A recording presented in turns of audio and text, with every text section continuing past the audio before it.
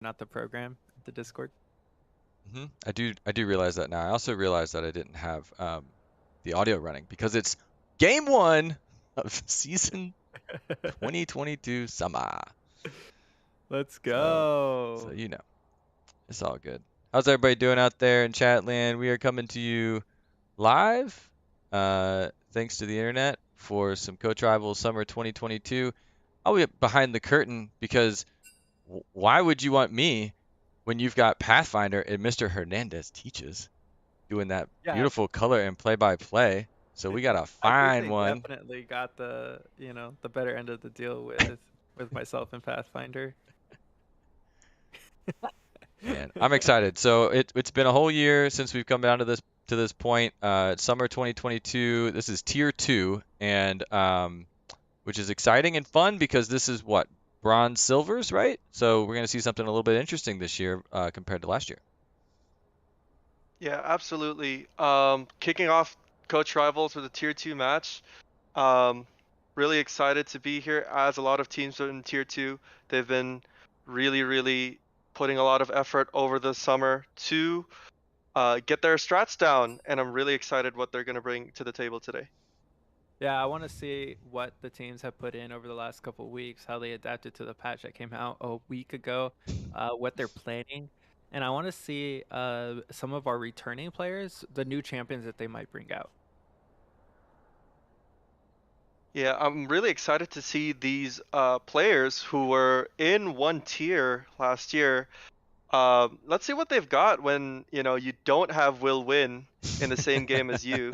Let's see what they've got when they are with among their peers. Let's say really gonna be looking for some creative macro decisions, like we've discussed potential. Who's gonna go Hullbreaker, who's gonna go, the split push.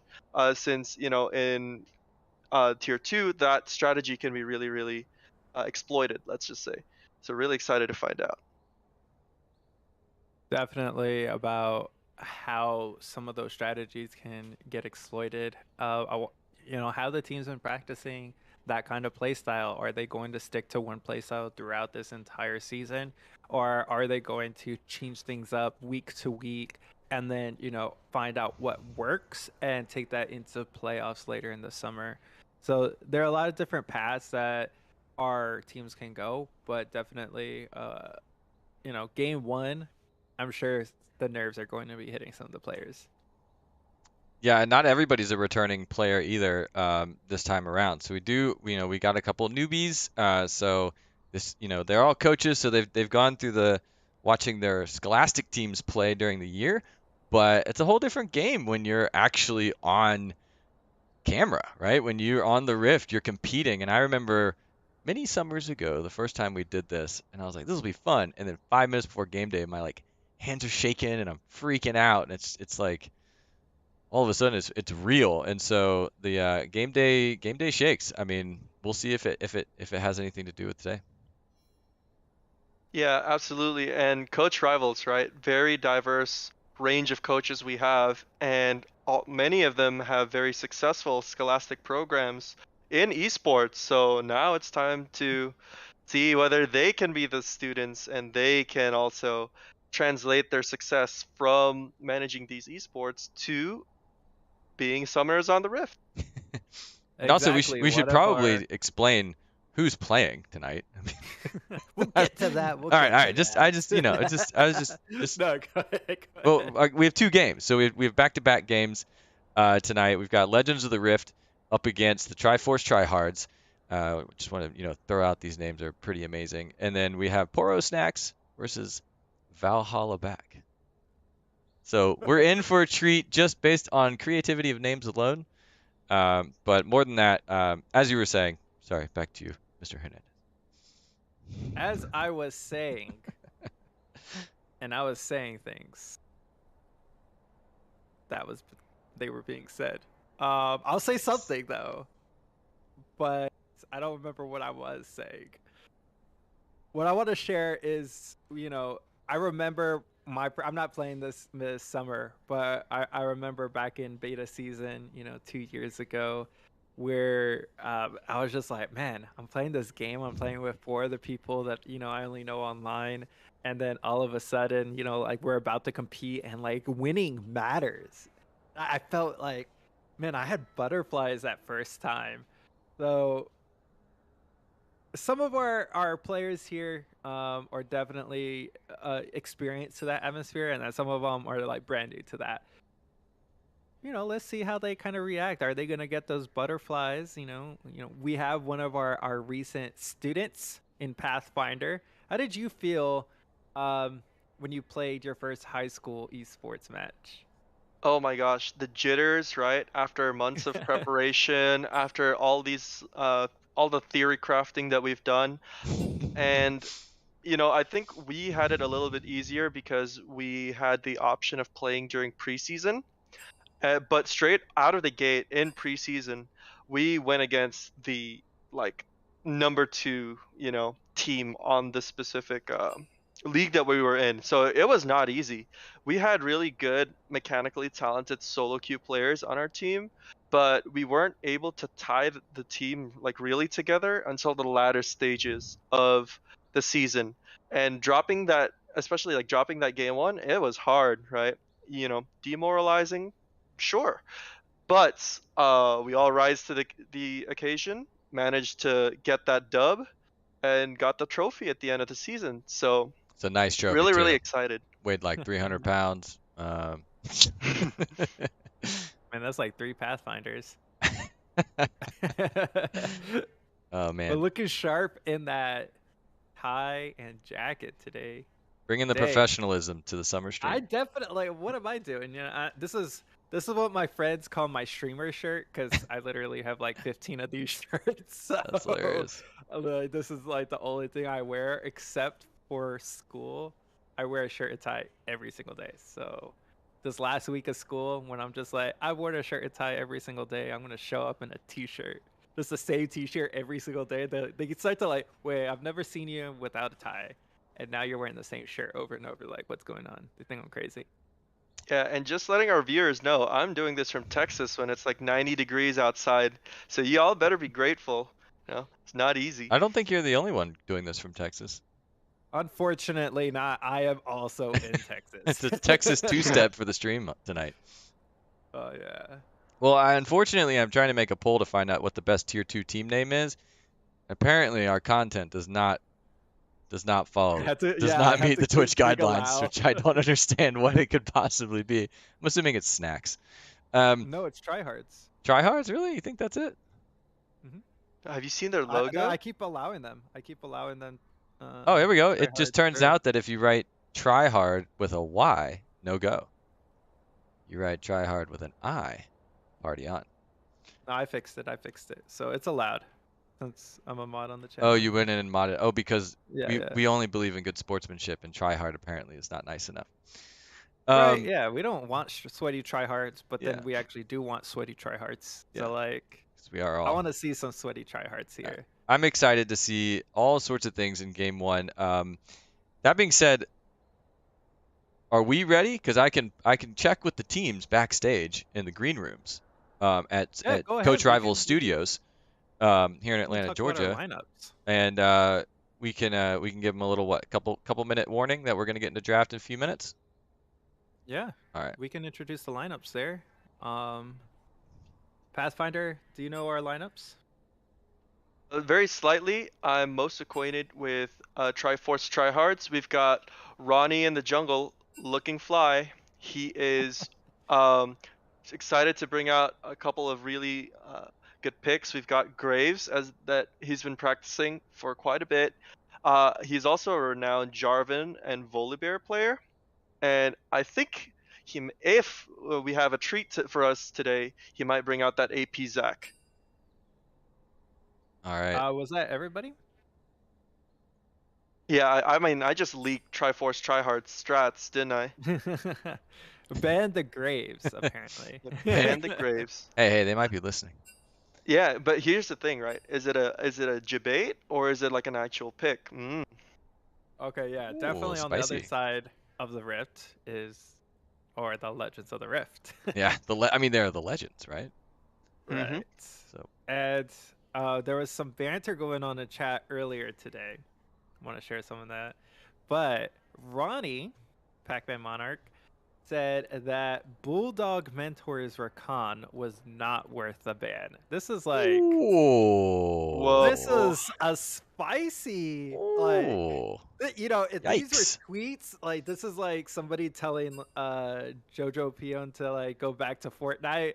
Like this is something like, oh, your Rakan is like not worth the ban. Um, so there's a call out there, and if it makes it through picks and bans, I wonder if Bulldog Mentor is gonna pull that out. I don't know. I just a quick reference or a note. We are sitting on the pick and ban screen. I think we're just waiting for them to already check up. So we should be getting into this very soon. But anyway, carry on. We're gonna diagnose some stuff in the background. But looks Yep. like also Poro Snacks won best tier 2 team name. Dang. Dang, that By was quite a 130? bit. Actually, Wow. was it by channel points? Is that how we did the Yep. Channel poll? points diff. Nice. Okay, I think he swatted or he swatted because of the Swoko who contributed 4,650 points, but uh he definitely put in a lot of points for that. I don't think there were 130 votes for Poros next. I allowed people to multi-vote and use bits because someone mentioned previously that they wanted things to use bits for, and I tried to find out what you can actually use bits for, and it turns out literally nothing. Except for these. Except for voting on stuff. So we're still gonna, diagnose a few things real quick, but they are in pick and ban, so I'm not sure if maybe I'm supposed to do something. Uh, no, I think I think it might it's need just to be a all on them. remake All right. on the Well, pick and pin screen. all right. Well, we'll go ahead and do a little remakey. We'll head back to these beautiful faces. Um, Oh, and cool. yeah, so go ahead. You were talking about the rosters, what to expect, and we'll So what do you think's Yeah, gonna happen in this one? absolutely. Going back to Legends of the Rift, because I need to leak their strats as well.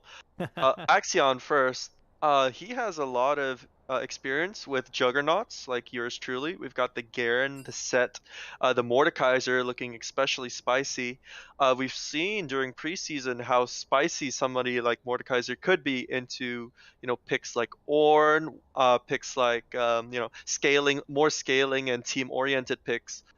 And Big Bad Hand also coming in with the Tristana. I'm wondering if Triforce Tryhards will devote a ban onto that champion, because once you get the resets, Tristana really hard to stop, and Cleaner 556 plays the Lux down in mid lane. So I'm very curious as to how Triforce Tryhards are gonna decide to play this out. What I want to see from the Legends of the Rift, you mentioned we have Cleaner 556 as well as Big Band Hand on ADC. I want to see them focus a particular lane and taking that victory that they could get in a particular lane and then push it into the other lanes and really start to knock down some dominoes and some really controlled League of Legends play. I want to see a lot of teamwork here in tier 2 and a lot less of just lane domination. Yeah, but talking about lane domination, Triforce Tryhards, Jubilus, we've seen his Yasuo in the preseason. We've also seen Black Beetle, a very renowned Sejuani top player, and people come into this matchup saying Sejuani top. No shot that's worth a ban, right? And then, they realize how uncontrollable he can become in the mid game, and then they're like, dang it, why did we not ban this out? And so Legends of the Rift, right? They have a choice. They can either say, okay, like we'll just have to force him off Sejuani because that's his comfort pick, or you know, like they pray and say, Axion, please bring us the set, bring us the Garen to smite the Sejuani. you know.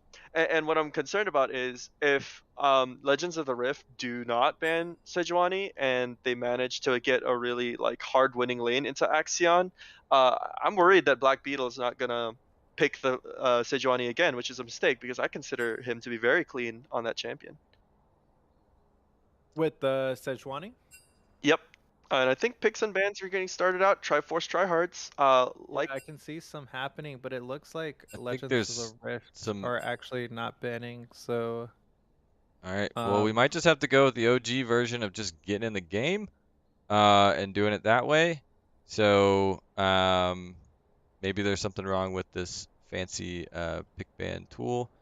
But we'll transition over into just the in-client version. So just, you know, yeah, apparently it's not letting them pick or ban anything. So they keep missing their bans. hmm. anyway. So Yeah, as you were play saying, versus.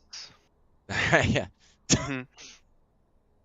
Yeah, they might need to just like remake the tool real quick. Yeah, yeah. Call them and tell them to recode the tool entirely. Yeah, Um, I would just be like, play versus. Why can't we keep the free champions into the summer, huh? We have Just coach year rivals. round. Just give it to us year round. Yeah. No problem. Coaches are still coaches, right? coaches In are the summer? Mhm. coaches. All right.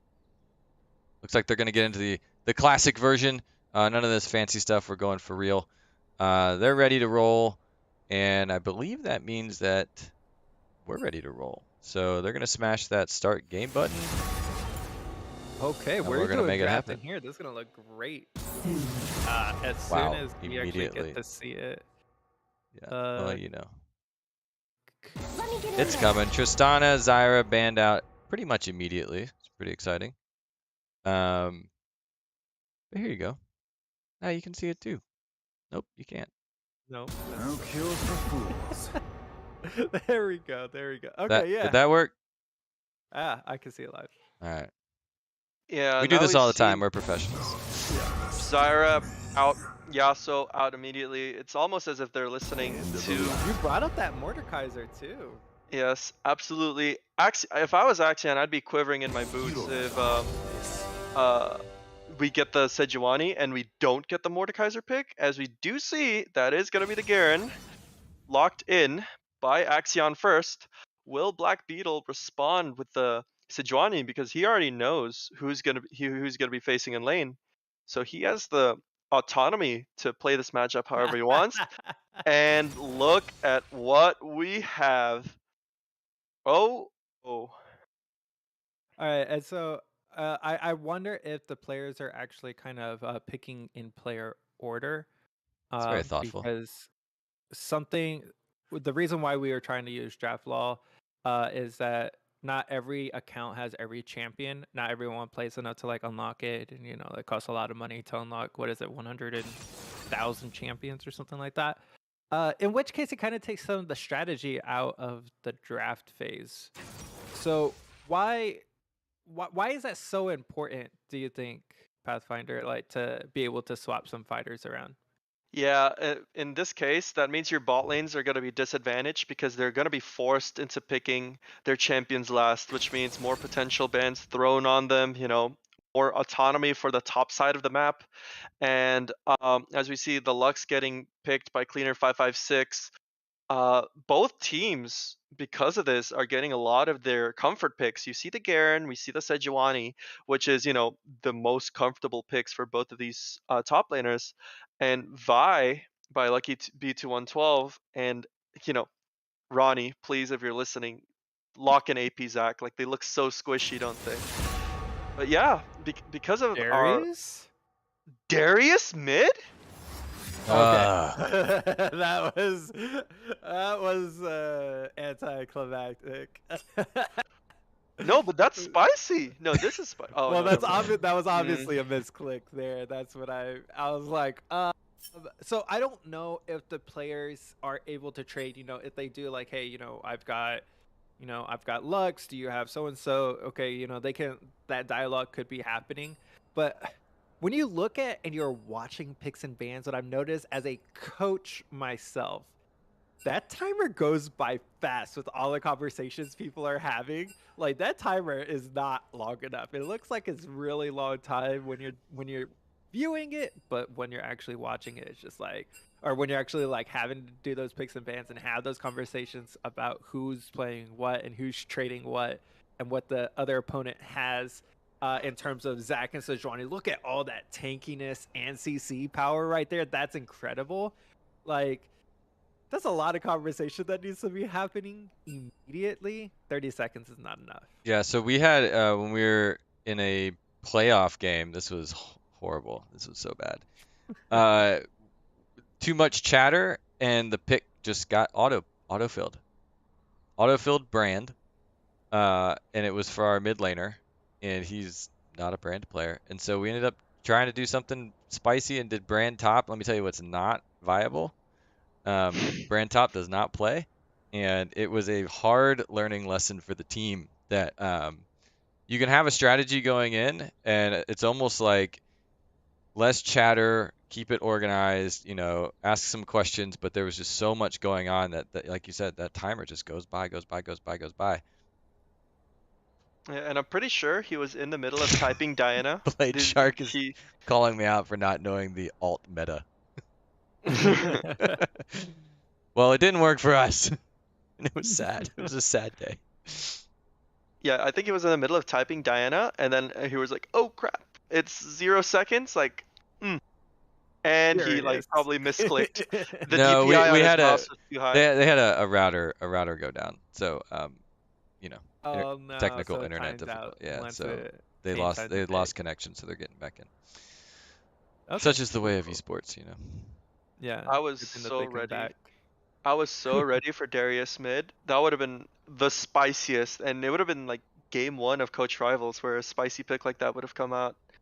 And Yeah, I was just I gonna saw that. let the I was season. I was just in disbelief. I'm like, this is not happening. Like, there's got to be something happening, like on the back end. The timer ran all the way down. Darius pops up, and I'm like, what?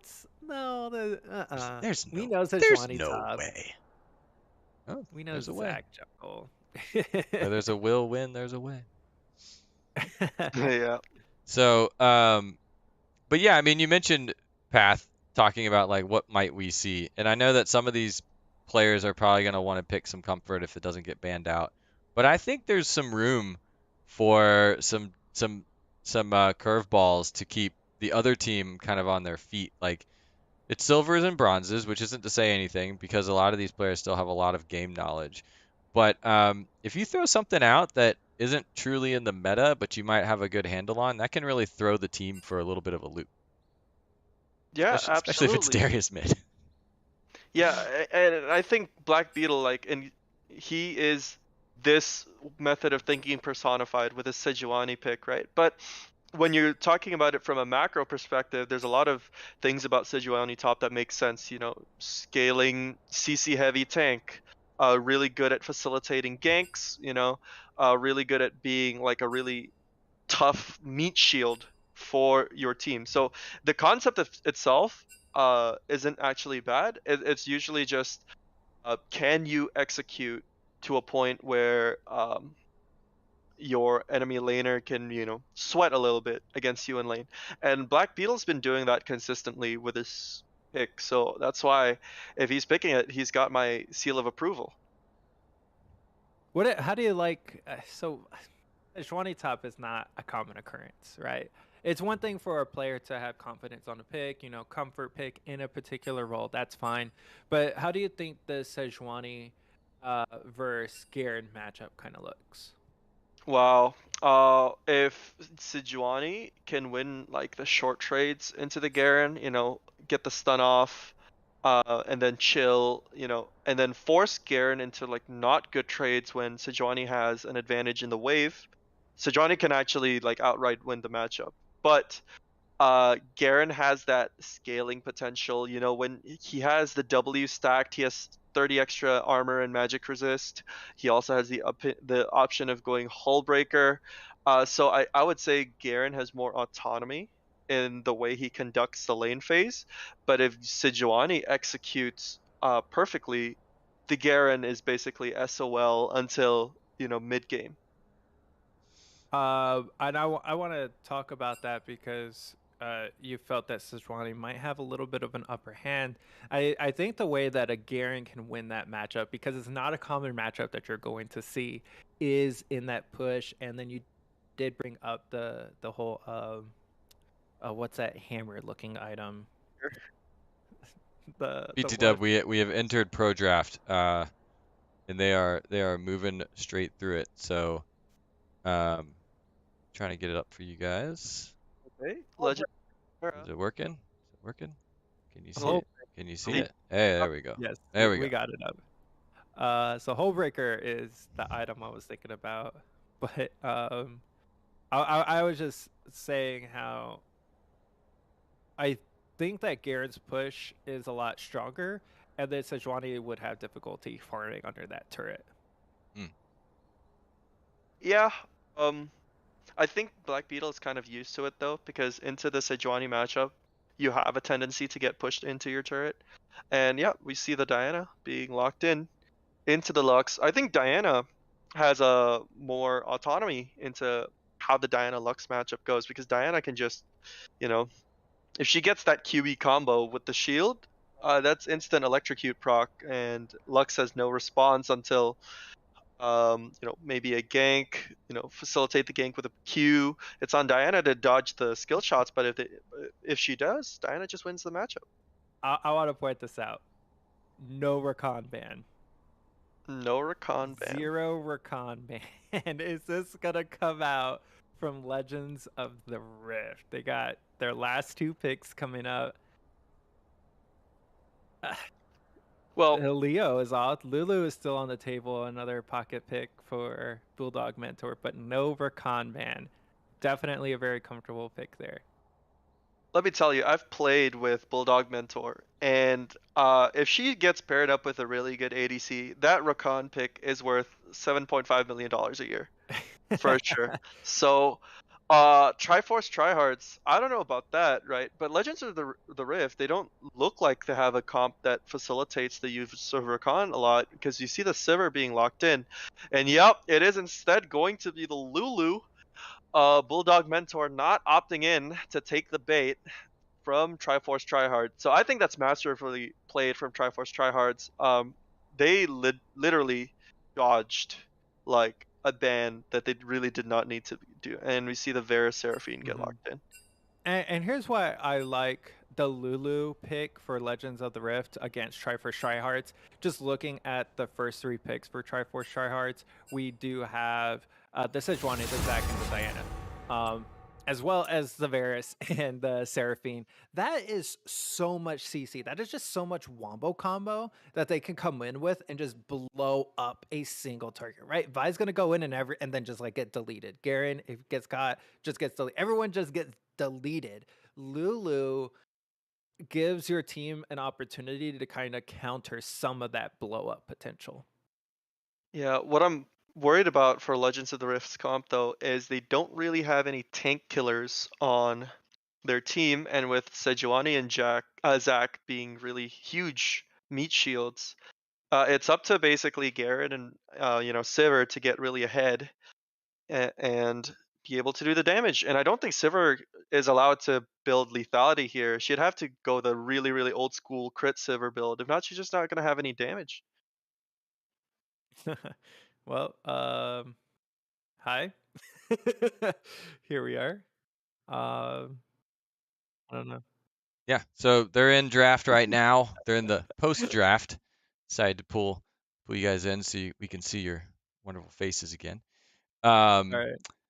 But yeah, so they're in draft. The the way we have to kind of do this is we do the pro draft and then they go into the client itself. So yeah, we're in our little bit of our double here. Well, we get to talk about picks and bans a lot Yeah. more. Maybe we could do a poll into Twitch about which team won the picks and bans. Whoa, look at all that gold. um, but definitely share your thoughts about whether it was Triforce Tryhards or Legends of the Rift, who won this draft. Pathfinder kind of shared his idea, and I'm on board with you, right? Triforce tryhards looking really strong over there. Like that is a lot of like it's simple stuff to pull off, Yep. right? It doesn't take a lot. I'm not gonna say skill, right? But it doesn't take a lot of button pressing and setup. It's just very like click and go. Yeah, they would have to screw up for Legends of the Rift to be able to punish them because Triforce tryhards, right? Sejuani and Zac are really good engage tanks. They facilitate the Diana. They make um, Varus R easy to land, especially if they're in a choke point, right? And if Triforce tryhards can win these like choke point fights that are really common when you're contesting the Drake, contesting the Baron, throw the Seraphine ult in there, and man, you have the mother of all wombo combos coming into this. And I think Legends of the Rift, the way they want to execute is just, at a distance, wait until Triforce tryhard gets whittled down, and then like go in with your hard engage Vi with a Lux CC. Um, I I don't think that's the way that they win this game. I think Legends of the Rift is putting a lot of their money into Axion first on that Garen. What I see when I see the Lux and the Sivir, a ton of wave clear. Okay, we brought up the Lulu as being a way to like disengage and kind of like prevent dissuade the Triforce tryhards engage comp. So it's up to Triforce tryhards to really push their power. Okay, whereas Legends of the Rift have it in a way that Garen can just, hey, I'm never gonna see you guys. I'll meet you guys at 35 minutes and we're gonna win the game. I'll see y'all at the Nexus. Yeah, absolutely. And with the Lulu pick not exactly facilitating the kind of playstyle that Vilux is privy to, I would say a lot of pressure is on Axion to try and get a lot of, turret gold, a lot of push going into the top lane. Because then, if tier 1 and tier 2 top turrets are down, uh, you know, Triforce tryhards have to be really, really careful taking objectives because, like, next thing you know, that's the inhibitor. Next thing you know, that's gonna be the game. Like, yeah, they have to treat this Garen with a gloved hand, and that may involve Zac camping top. And I want to see a play between 8 and 9 minutes for that Rift Herald. I think that should be your big team fight. Make that play, get that into the top lane, break those turrets easy, and like I said, really start to have some of that controlled play where you play through top lane. This is exactly how my high school team played it. We would play through top lane, and we would take a Rift Herald between 8 and 9 minutes, call up our support, take that Rift Herald, crash it into top lane, and really just start to snowball out of there. And just a really cohesive team play, something that you can plan out, say, hey, we are going to do this. We're going to win our game, win or lose our game in the first 8 minutes. That was kind of the mantra I had my players say, like, we know if we're going to win or lose this game in the first 8 minutes, then it's something that you can execute and plan ahead for. Yeah, absolutely. And I think this is one of the rare cases where I'd say Rift Herald is the more important objective in the early game for both teams because Triforce tryhards, they need to curb the Garen power. They need to make sure they don't get too much plates early on into the game. And, if Triforce tryhards gets maybe a good early Drake, like a good Mountain or an Infernal, that might be kind of worth the trade, considering the fact they have the Zac and Sejuani able to take advantage of that Mountain Drake. Um, yeah, no Yeah, further comments for me. I've often, at least lately, kind of told people that the first Drake is a trap. It's just a toss up. It's a 50-50 sometimes if you don't have the vision. But that Rift Herald at 8, that's gold in the pocket. And if you can play around Rift, then and if you can wait draft out, then maybe you can watch them take Drake while you get Rift Herald and knock down half a tower. Yeah, apparently my tie won the draft. I was about to say, and we have our winner, the tie, Pathfinder's tie has one draft, followed closely by Legends of the Rift. I didn't even see that. Who spent all of their bits on that? That is Larazel contributed enough channel points to maybe possibly put things just over the edge. So A we late are start. so very close, fine people of the internet. The loadouts are being made. The new double triple new draft has been done. So we'll be getting into our delay in just a little bit. But yeah, I'm curious, chat. You think Legends won, following the tie? What is it about that Legends of the Rift draft that you think is going to be so good getting into this? I know we've seen the spin to win kind of talked about. So I'm curious, chat. Let us know why is it so important? Why is that Legends of the Rift pick so good? Ooh, the player. Oh, very nice. Blade Shark is talking about player skill.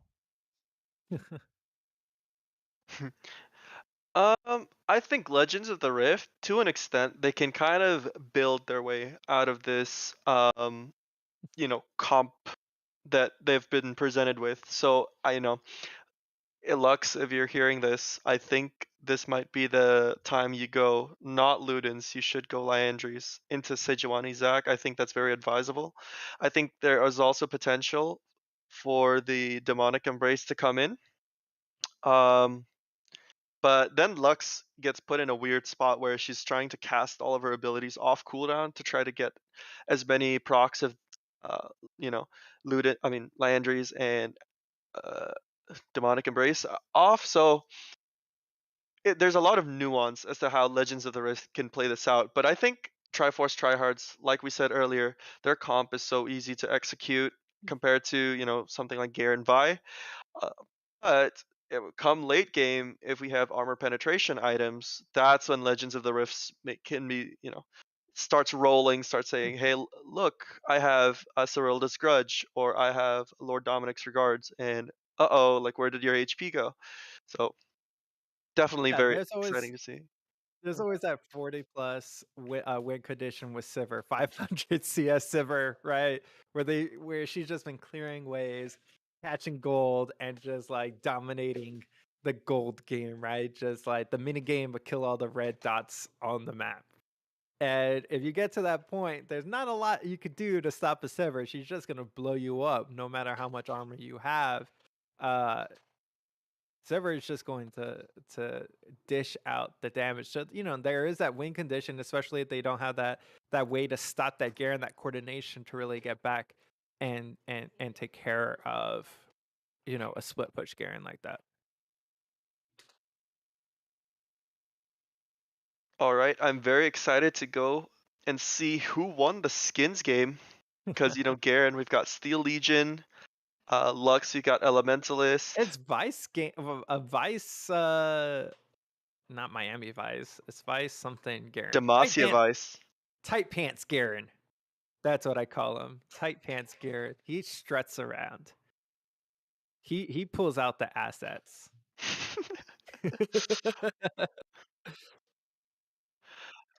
Like special weapon Zac, it's Well, that's the I'm purple very one, right? it is, but I'm Okay. very confused as to how that's not just chroma. It has no new special True. effects. Yeah, the blobs look a little bit more like jiggly, but yeah, it's essentially, you're right, just a chroma. I'm kind of also interested to see who wins bingo tonight. Mm-hmm. Yep. Do you have Unfortunately, your bingo cards available? I pulled them up, but I'm not going to be able to play. yeah, that's the thing, right? You If know only I had a what? second screen. Chat, guys, everybody, get your bingo cards ready. If your bingo card is not up, if I don't have 10 bingos by the end of this game, what are you doing watching Coach Rivals? The thing that sets Coach Rivals stream apart from everything, besides our amazing production team, is bingo. I think we are literally the only stream that has bingo. So get your bingo cards ready, get in here, and make sure you win some stuff for bingo. I think we're gonna have our bingo brethren repost the bingo cards. Actually, I think I am a mod, so I can do that. I can't because it was so far up. All right. We are in the rift. Oh, this looks good. This is Rift happening right here. You still have that gold graph up there on the top right from that Baron, but everything else looks legit. No invades. Safe. Yeah. We've seen that red ward being put down on the blue side of the map. I think they were interested in seeing if Vi does the classic red side start. I think both teams are going to opt to a very conventional start here, both starting blue side, or sorry, bot side. Which is going to lend to Vi meeting the Zac in the top lane around that 3.5 minute mark, where, like you said, it's all about like that first top lane fight. You know who's going to win that, and I want to point out that Garen has Ignite, whereas Sejuani has Teleport. Yeah, and I think Garen's level 3 is so much more lethal than Sejuani's. If we pit these two together, I think the Garen Vi definitely wins the early skirmish 2v2s in the top or the mid lane. So who's going to be setting the pressure up here? Is it going to be the Vi who's going to be setting the pace of this game, or do you think it's going to be the Zac taking some creative gank pass? So it's very like time dependent. Early on in the game, Vi with her base levels is able to, you know, go in with the sucker punch, land her CC, and then be relatively free from punishment from Sejuani and Zac. But later on in the game, when Zac has that long range E, he can just jump out of a bush, go boo, and whoops, he's in your lane. And that is when it gets really, really frustrating, especially into Big Bad Hand and Bulldog Mentor's lane. And so far, we've seen some really good trades from the Triforce Tryhards. We're really able to put out some damage on their lane opponents within mid and top, as we see kind of another trade in the top lane. But Sejuani is just so tanky. Yeah, Garen spinning to win. He does have a significant CS lead though. It's gonna transfer well into the mid game, especially if Garen has his W stacked, because then he has so many resistances to be able to counter Sejuani and Zac. And I just want to. I want to point out these amazing photos of our players down at the bottom of your screen. These are not models, even though like they could be. These are just like very attractive and very photogenic teachers. They could have fooled me, right? I swore like I seen them in an online like store page before, modeling for Nike. Yeah. There's I think at the game 2 tonight we're gonna have some amazing photos come out. I'm really excited. Ooh, very aggressive trade here coming down in the mid lane. Diana gets that first blood with the ignite. Wow, Lux was on the screen 1 second, and in another second she just disappeared. Yeah, speaking about that, she does get the Moonlight. The Diana is able to hop to her target, and if she extinguishes the Moonlight by hitting an ability on her target first, she can dash again. And you saw that second dash come in and be utilized, become really important in that fight, because she could dish out that extra bit of damage before dropping the Ignite. Yeah, Jubilus with the double dash could have fooled me into thinking he was playing Yasuo.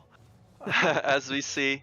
Another aggressive trade in the top lane. Black Beetle kind of running out of mana. He does have that teleport to recover, so his wave state's going to be alright if he chooses to use that path. But meanwhile, bot lane has just been cricket so far. Both sides opting to play it really safe. Not as aggressive top lane. Uh-oh. There might be a pause coming out as our dragon is spawning. But I think that Axion First is doing a lot of great things in terms of his wave control, as we do see that pause coming out. But a lot of great things in terms of his wave control.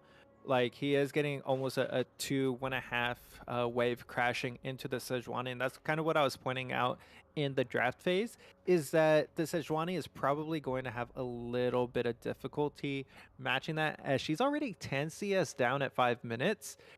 It doesn't seem that great, but 15 to 25 is almost a kill. Yeah, And I think, especially since Garen doesn't have that teleport to have a better control of the wave, what he's doing is really good, right? You're crashing in the wave, you can have a free reset when you back, and when you're in lane, the wave's just where you left it. And Sejuani is out of luck. Have to burn the teleport to come back to lane. And this is really into an Ignite versus teleport matchup. This is how you nullify that teleport advantage early game into champions like Sejuani. Yeah, forcing out that teleport so that they can't use it at a more opportune time. It kind of gives the Garen a bit of a free recall so that he doesn't he doesn't have a teleport, so he can get back to that lane and he's able to actually still influence the game and the wave state while not losing any CS or XP. So it's doing a really good job up here in some what I would say pretty advanced concepts for our tier 2. Yeah, absolutely. And something to note, Zach is on the complete opposite side of the map, so there's legitimately no way for Garen to be punished for this. He's just been seen clearing a ward on the bot side, and I think, right, that's when Garen sees this, or when his team communicated to him this fact, that's when he really started to crash the wave in, and that is just really good teamwork out of Legends of the Rift. Yeah, tracking jungler is also an advanced topic that you bring up. Is one of the strengths that Legend of the Rift is really showing here in the first 5 minutes of our coach rival season, right? We're talking about so much, and it's just game 1. It looks really polished, even though there was first blood going over to what is their team name? I forgot it already. Triforce TT. Tryhards? Yes, Triforce Tryhards. And the logo popped up right on time. But it's something that Legends of the Rift are doing well to kind of keep track of Pac-Man Monarch on the Zag, and really letting their players know, hey, Garen, you can play aggressive. You have no pressure on the top side of the map. And it's going to be up to Cleaner 556. Hey, I'm going to be keeping track of the Diana, make sure that the Diana can't roam and really influence some of these side lanes with her early kill and her early boots. Yeah, but still, talking about that solo kill from the Diana, that's really, really well executed. The Diana, I mean, Jubilus, he was just like, okay, like, I'm just gonna like stat check you right now, and and if you don't respond immediately, if you don't preemptively flash, you're dead, and like that's exactly what happened. So props up to Jubilus.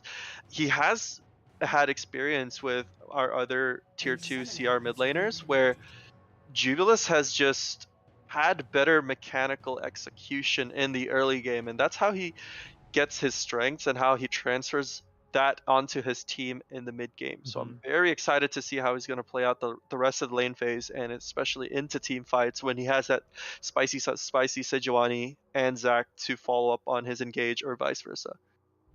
And I want to take a moment to talk about this pause and what it can do to some of the players that are in the game.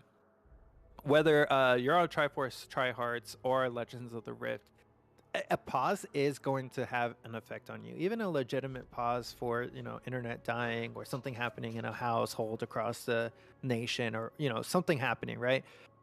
If you're the player who has to pause the game, that is going to affect you personally. I remember one of my teammates had a pause in a previous season, and he just he came back and he was all kind of jumbled up, and he felt a lot of pressure on him just because the game paused, and that was on him. So that player needs to keep a strong mental. We're talking about the mental game here from a pause, whereas the Legends of the Rift had to keep up their communication, talk about, hey, what are the things that we're doing well right now? Okay, ignore the first blood, right? It's just 400 gold. What can we do to actually make our next plays happen? Yeah, I think a pause is right. They kind of like upset the set tempo of the game that's already been set for the past 3-4 minutes that you've been playing, and it's up to these people to take a deep breath, regain the tempo, you know and say, hey, I'm no need to get so worked up over this. We're just here to play some good League of Legends. As we see, I believe it is it still paused? I think it There was we go. a join and then a rejoin, and kind of the stream, it takes a second to get back out. Hmm. Okay, we're still seeing heavy trades up in the top lane. You know, Lux crashing in the wave, took a turret shot, but nothing else. And this is that big wave crashing. You know, how is she gonna farm underneath it? Apparently, really nicely. She picks up like the first 3, no problem. Apparently, you know, this is why we don't always some of these strange picks like Sejuani top. You don't know how where they're going to do, but Black Beetle showing like, hey, I know what this looks like. Yeah, I think that Garen, after knowing that the Zac has been bot side, he's still opting to stay and try to uh, keep a CS lead up as we see it engage down in mid. Both dashes already spent. That's a flash away from the Lux. The root did land in the middle of the turret range. However, Lux still having had to burn that summoner spell. Diana with the penetration boots doing lots of damage. And watch this Zac in the bot lane. He's looking to catch him out. Yeah, absolutely. Forces a flash off Big Bad Hand. That's already the goop.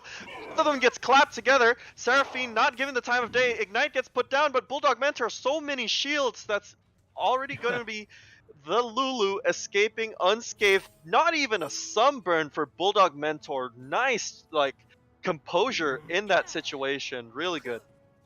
And I want to, yeah, a great play. Oh, Oh, but there's an engage down in mid lane. Jubilus with a level 6 advantage completely deletes the Lux. That is going to be a 2-0 Diana on your screen, folks.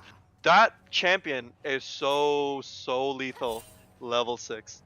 and even though that gank took so long to kind of perform from beginning to end about waiting in that river bush and everything, they kind of knew he was there and everything.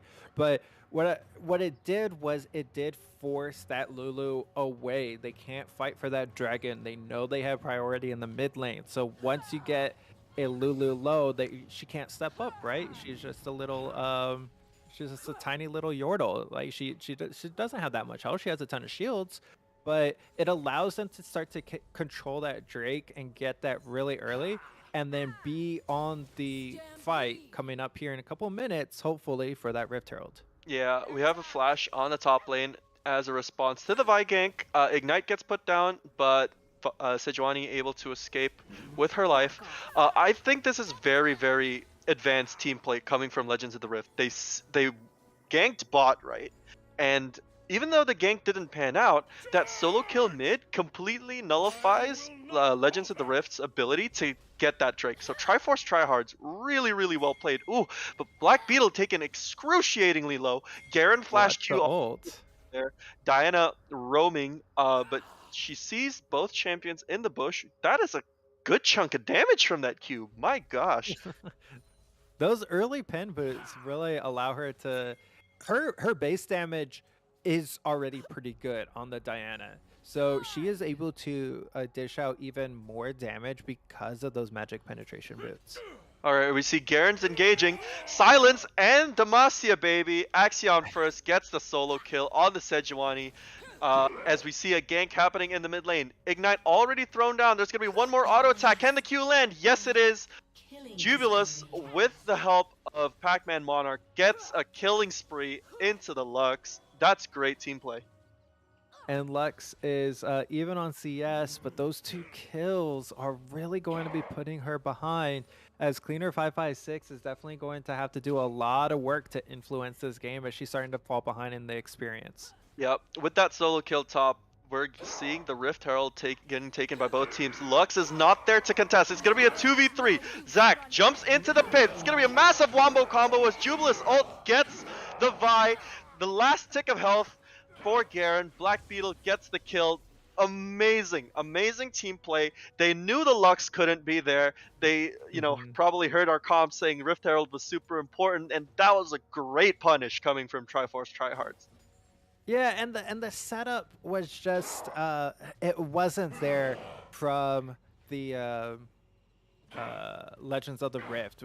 We didn't see, they just lost their Lux mid, and they were still staying on the Rift Herald. Garen did a good job trying to dissuade them from stepping forward, right? I'm Garen, I just got a kill, I'm really strong. But unfortunately, they didn't have the priority, and that big collapse into that wombo combo allowed this Rift Herald to go over to Triforce Tryhards. Yeah, absolutely. As we see the CC chain being landed by Zach and Sejuani, it was so easy for Diana to just Q in, press that R button. You know, we talk about how Jubilus has his killer instinct. He might as well just bind his R key to the delete key at this rate. Oh my God, yes. It was just point and go. As we said, these are the strengths to the Triforce Tryhards pick and ban phase, right? The Legends of the Rift require a lot of picks, but when you're the team and you're the player who's getting picked, you lose a lot of the power in your composition. Yeah, as we see the Lux ult being used to clear the wave. Bot lane still kind of you know, not much going on. I think for like I cannot. The Seraphine player has been doing a great job to keep damage off her Varus. As we see Zac jumping into Garen, he gets that goo in. Nothing to auto attack though, no follow up. Yeah, definitely trying to put the pressure, keep the pressure on Garen. I think they recognize like this is a My way to god, pick wait, him that's a in. Diana ult already come in, and once again the Lux is off our screen. Folks, ladies and gentlemen, this Diana does so much damage, it's impossible to commentate because one second the Lux is on your screen and the next she's just gone. Yeah, at this point, it's up to the Legends of the Rift to really keep track of where this Diana is and just for the next 15 minutes, go where she's not. Yeah, I was about to say like, hey, Jubilus, he still needs to CS well. We see him kind of miss half of the wave because he was going into the Lux kill, and I was thinking to myself, hey, maybe he should go for the wave instead. I was proven wrong. He just Q dash dash alt dead, and that's it. Yeah, and we really got to keep up the wards on the side. You see Diana really playing this vision well. Look at her. She's really keeping track. She goes in looking for him. Yeah, Vi, no flash, Ignite already put down. What a calculation from Jubilus! The last tick of the Q to be able to get that solo kill. My gosh, if Slipstream's watching right now, he should take notes. That was she really understands like, okay, these are the limits, this is the damage I am outputting. Not even a mythic yet. I feel like the mythic's coming out on the next recall. I would really like to see that happen, but really understanding the damage that she could put out, and that's getting her to 6-0 with 100% kill participation. This Diana is running away with the game. Yeah, absolutely. And what's scary is this is not even Diana's strongest point. I would argue like her early game is probably her weakest point in the game, but she has been leveraging the skill gap and the jungle pressure really, really well to just start completely running away with this game. As we see, Lulu going top side. She knows that the Sivir can potentially catch the wave on her own, but there's gonna be 3 people down at the bot lane. Sivir has both subs. The shield gets baited out. Zac ult coming into the fight as we see opposite happening in the top wave, and it's gonna be an ult, but Diana's there to save it. It's an instant double kill for Diana. Make that a triple kill. And what's worse, the Sivir down in the bot lane gets taken down by the Seraphine. My god. Black Beetle is thanking his lucky stars, and he's saying thank you so much, Diana, because she's not only deleting the Lux, she just deleted Garen as well. And the Lulu. Everyone was there. The way that she recognized, okay, I don't need to go to bot lane. Okay, we've got 3 players there. The dive is going to happen. I don't need to keep going down here and contributing my damage. What is the next play that Legends of the Rift are going to make? They're going to make that play into the top side, which they do. A great play, but they just don't finish the Sejuani soon enough. And that's what allows the Diana to come in, get that huge ulti off on 2, and then chase down the Lulu for the 3rd. Absolutely. That Sejuani R, not only did it CC the Garen and the Vi, it also helped to clear the waves so the turret was starting to hit the champions. As we see Diana already completed Night Harvester and tier 2 boots. This is going to be really, really painful, folks. Yeah, definitely we're going to have to see Legends of the Rift kind of come up with a plan. This is definitely tough, but they do still have that Garen. Garen is still a highlight for your team, right? Keep putting your eggs in this basket, see what you can do. Bulldog Mentor having to flash out. Very nicely executed though. Manages to get out 3 people in the top lane. We see a lane swap happening in the top side. Turret taken low. There's gonna be 4 people. Garen gets ultied by the Lulu. Lulu taken extremely low. Black Beetle having to flash out after getting Bulldog Mentor. That's gonna be just enough. I wonder if Garen could have maybe flash ultied there, but that's gonna be the Flash Lulu. ulti ignite. Yeah. Level 11. The potential's there. That would be a huge ultimate. Uh, Flash forward coming from the Seraphine, not tagging the Vi though, having to jump out. There's gonna be 2 Rift Heralds for the side of Pac-Man Monarch, the Triforce Tryhards. And that's what's going to really help take down this mid lane turret, which is probably going to be their next focus here, as they do give that over to the Zac, get a recall off. And you talked about that lane swap, but it is allowing Sivir to get some work done. And with the bounty gold, they're able to find a way to get back into the game. And they're going to need to find a way back into this game. The gold lead is very large, but with some good coordination, some good vision denial, I think they're capable of making some tricky plays. Yeah, absolutely. Some execution needs to happen for Legends of the Rift and to this next Drake, because you have to deny them the Mountain Drake. You literally have to stop the train from running away. And what's sad about the Sivir is Triforce Tryhards, they have a CS lead on the bot side, which is why they have the autonomy to be able to do a lane swap such as that.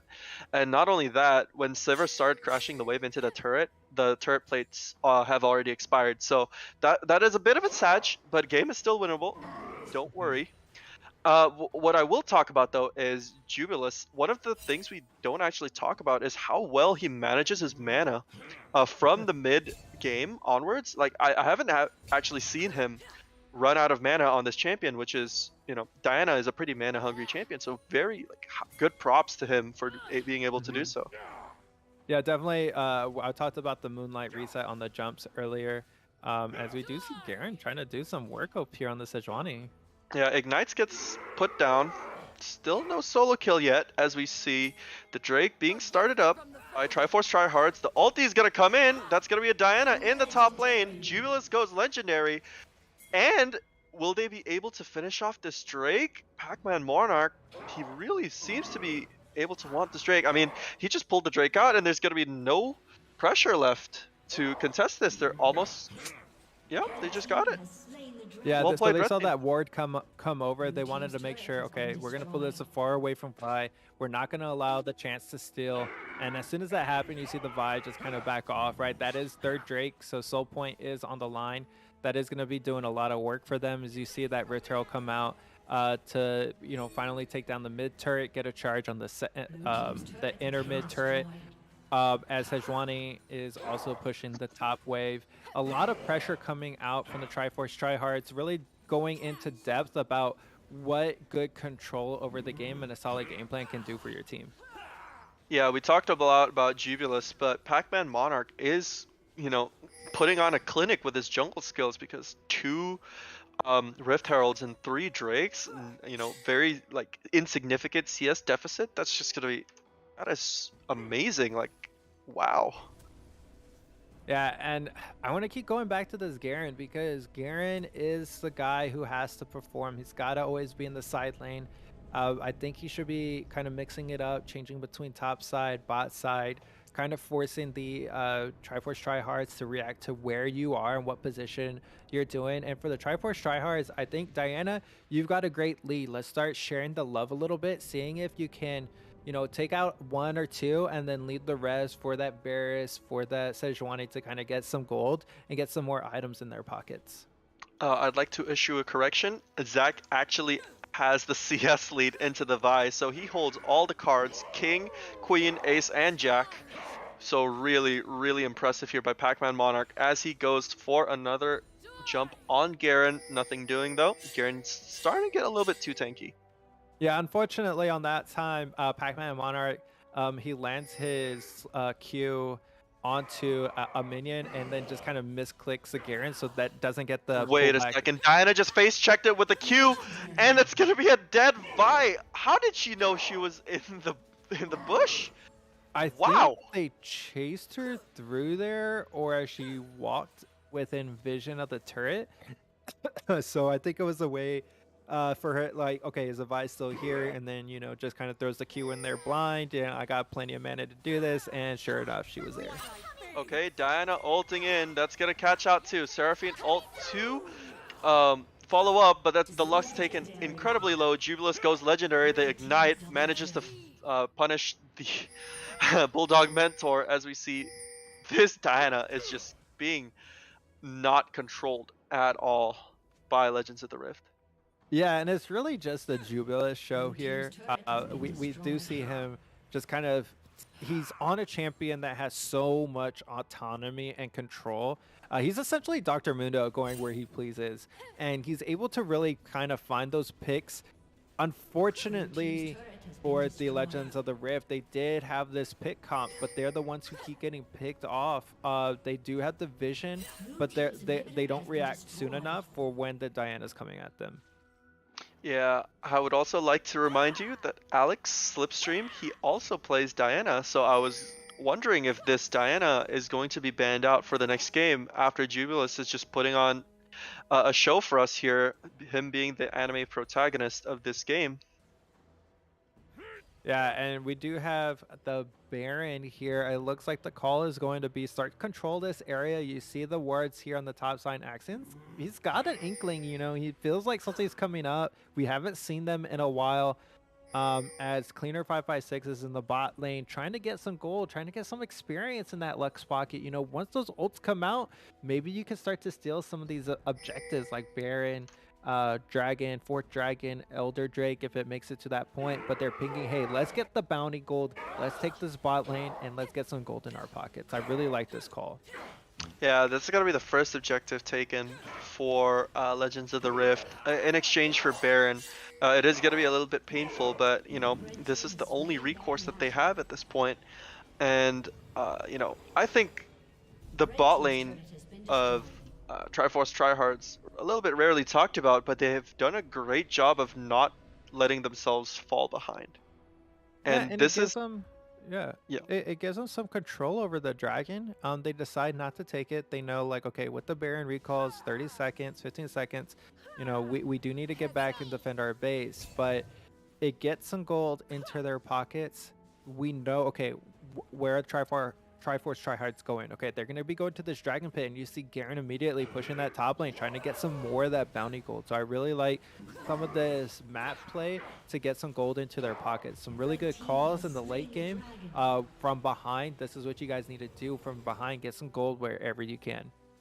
Yeah, I can't help but feel, though, Triforce Tryhards, they're slowly squeezing out any possibility that Legends of the Rift have on a comeback. They've been clinical in their execution as to not let their lead, run away. And the only kill they have is on the Sejuani, who is not even that far behind.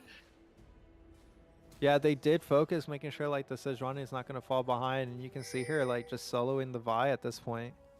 Yeah, with, Sunfire Cape or Sunfire Aegis and Thornmail, that Sejuani is going to be really chunky as we see Pac-Man Monarch gets flown in. Jubilus goes legendary with the deletion onto the Vi. That's going to be an ult thrown down onto the Garen, but there's no time of day. Beetle 2-1-12 throws in the ult. No follow-up, though. They're already too far into the turret to pick the Garen.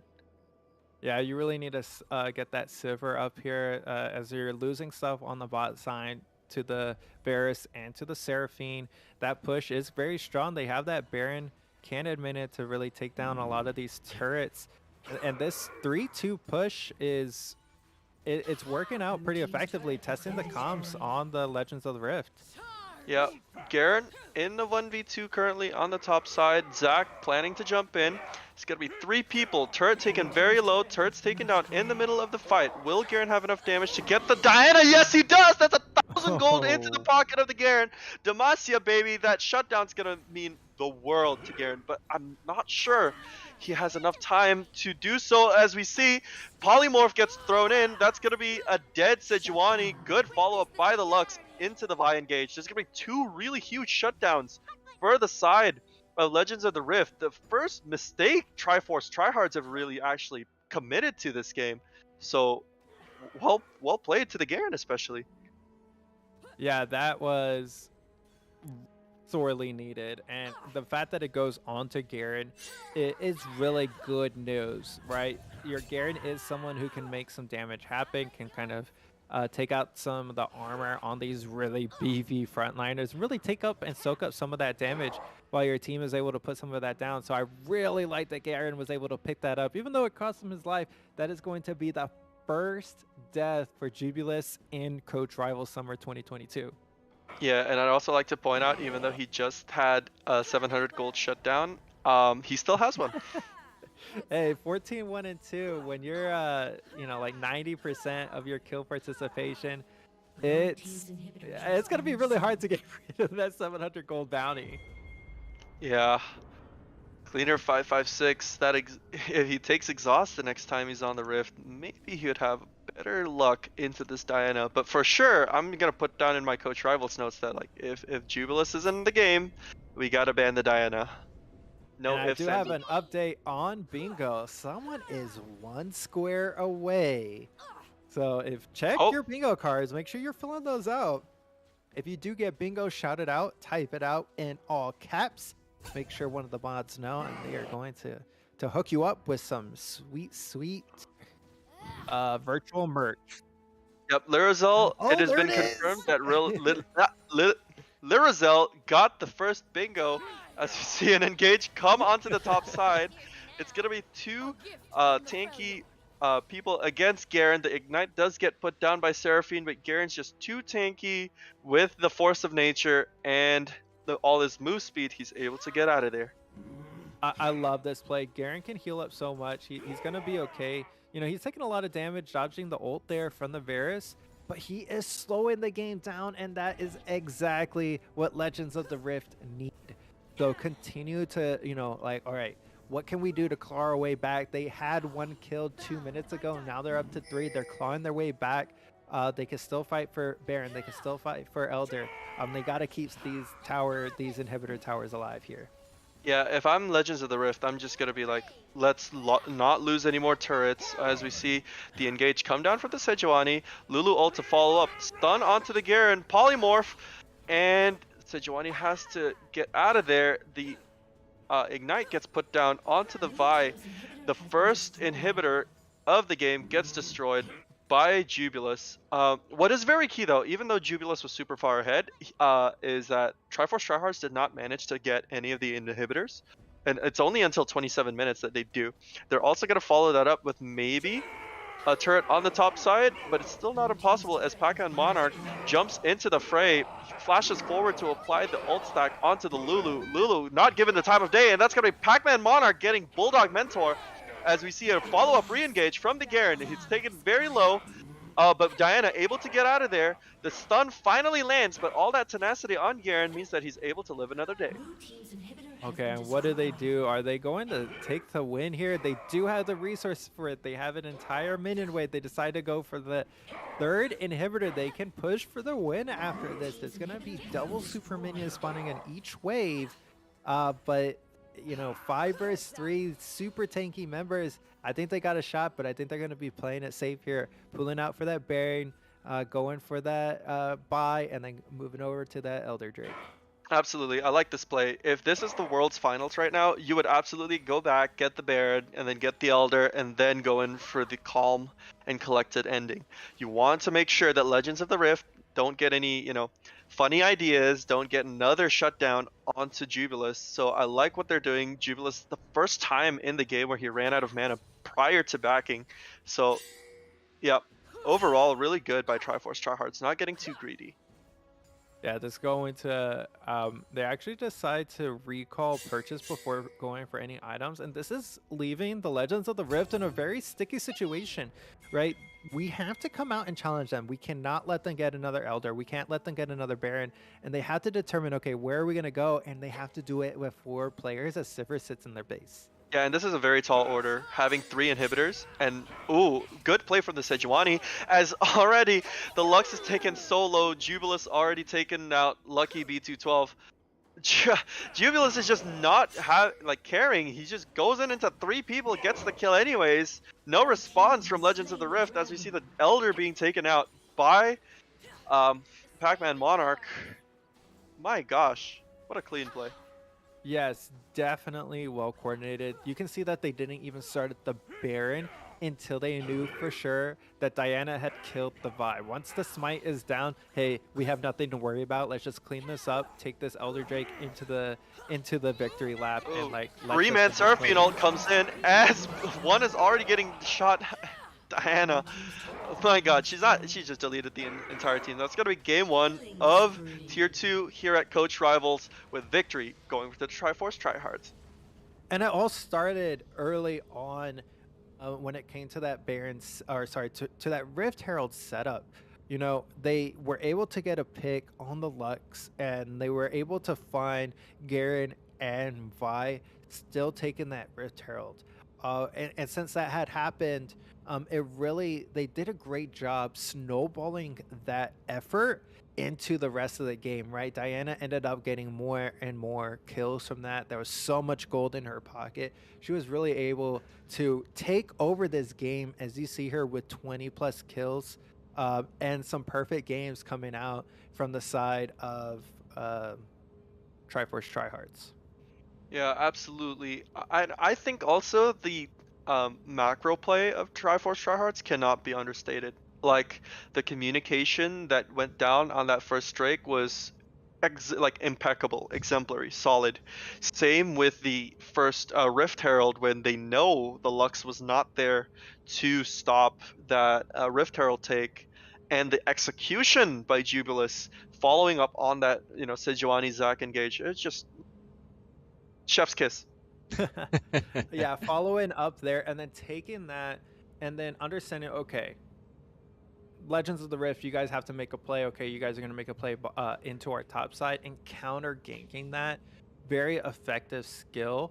And just understanding that, okay, this is our game plan, and knowing what your opponents want to do and how they're going to win, that's going to make for um, really effective game plans as we head further and deeper into the summer. Indeed. And we do have another game. Mr. H, are you sticking around, or are you what's your game plan tonight? I am unable to stick around for game 2. I will be watching it live. I will join the spectator Oh, family as we have 80 viewers. So thank you everyone for yeah, joining we us are doing for our it. first game of the summer. But stick around. I wish I could get into game 2, but I wish both teams luck. And after that game, I'm really excited to see what this summer's going to shape up for. Indeed. And we'll be right back in just a few minutes while we get the next teams kind of settled in and loaded up with our pro draft. And Path and I will be on that stream. But sit tight, grab some water, maybe some popcorn. Game 2 of Tier 2, Week 1 is coming to you in just a few minutes.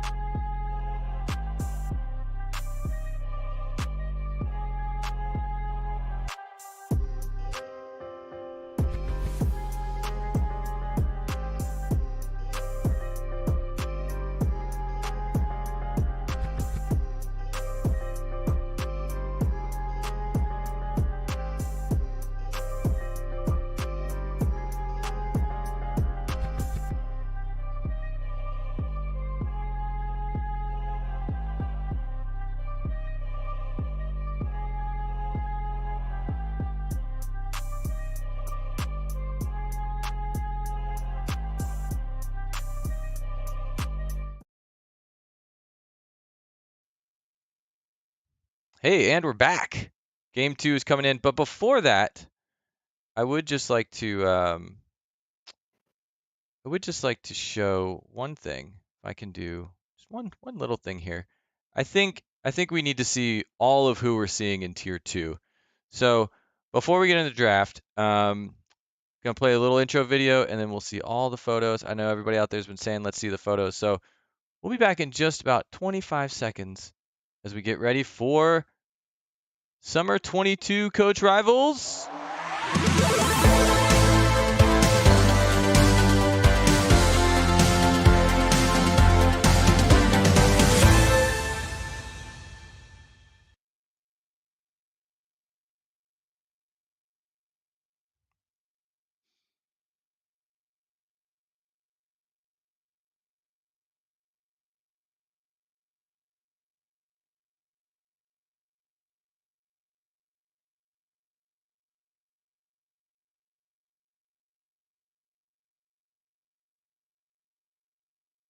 All right, sorry, had to give some love out to the teams. Thank you for your photos and everything getting into all of these matches as we get into tier 2.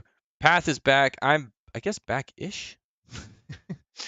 And we will be getting into Pickpan in just a minute. But we've got our next team coming in. We've got some Poro Snacks. We got Valhalla back. We got 2 great names.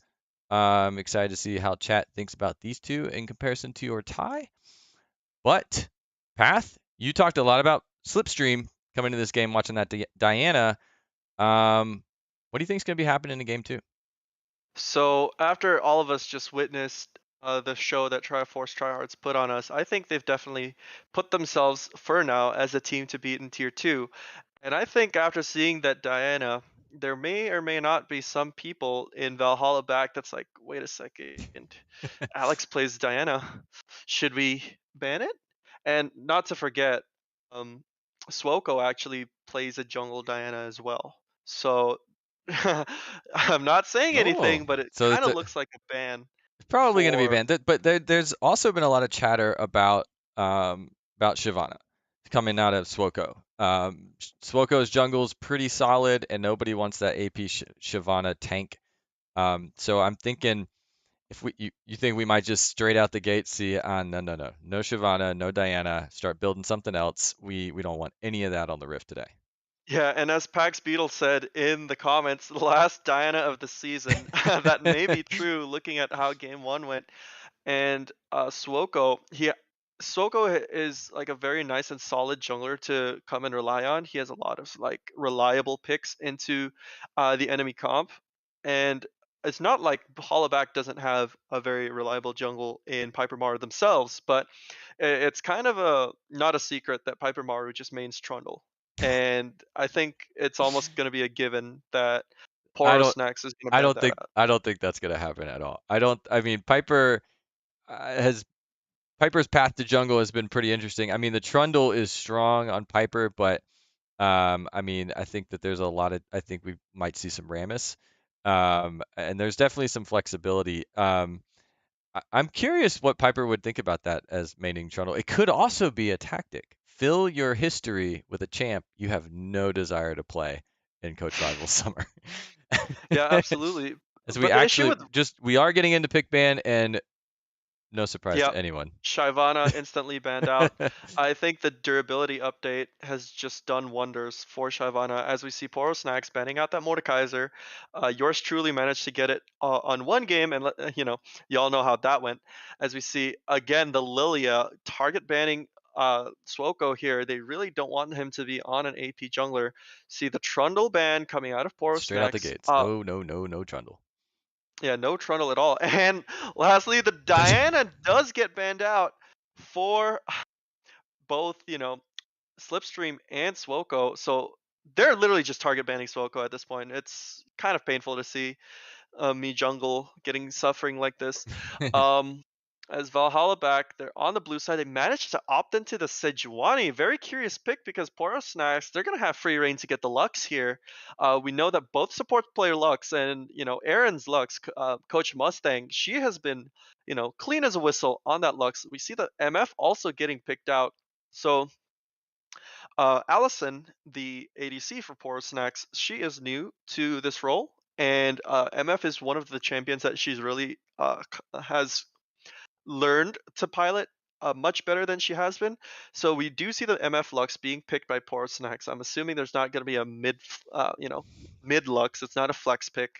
It's a And punish. It can be a punishing bot lane though. I mean, MF is you could say is not the most technical champ, but man, can really pump out some damage, and coupled with the Lux could really be some delete buttons going on. Yeah, absolutely. Lux root comes down. You still have the slow. You also have the slow from the Misfortune E. Couple that with the R. Press E, press R. You send them to the ER. We see the Malzahar pick being locked in for Valhalla back.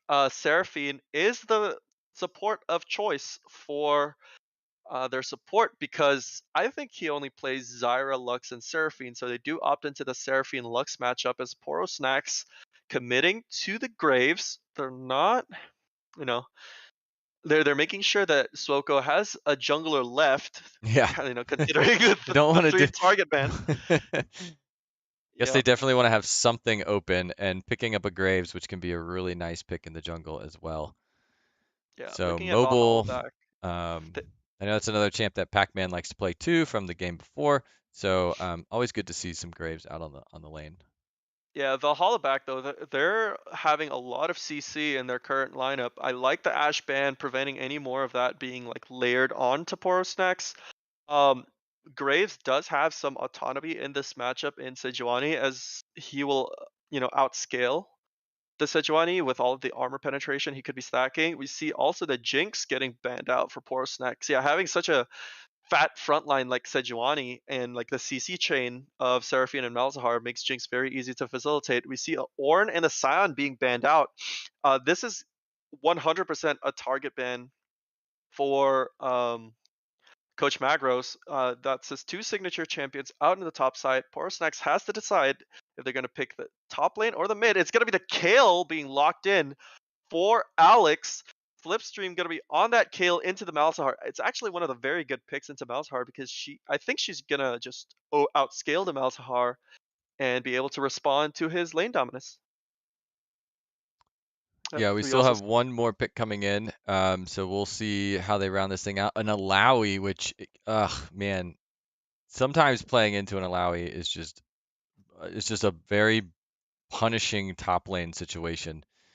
So it'll be yeah, interesting to see how that plays out in this game. And then going I against would Garen.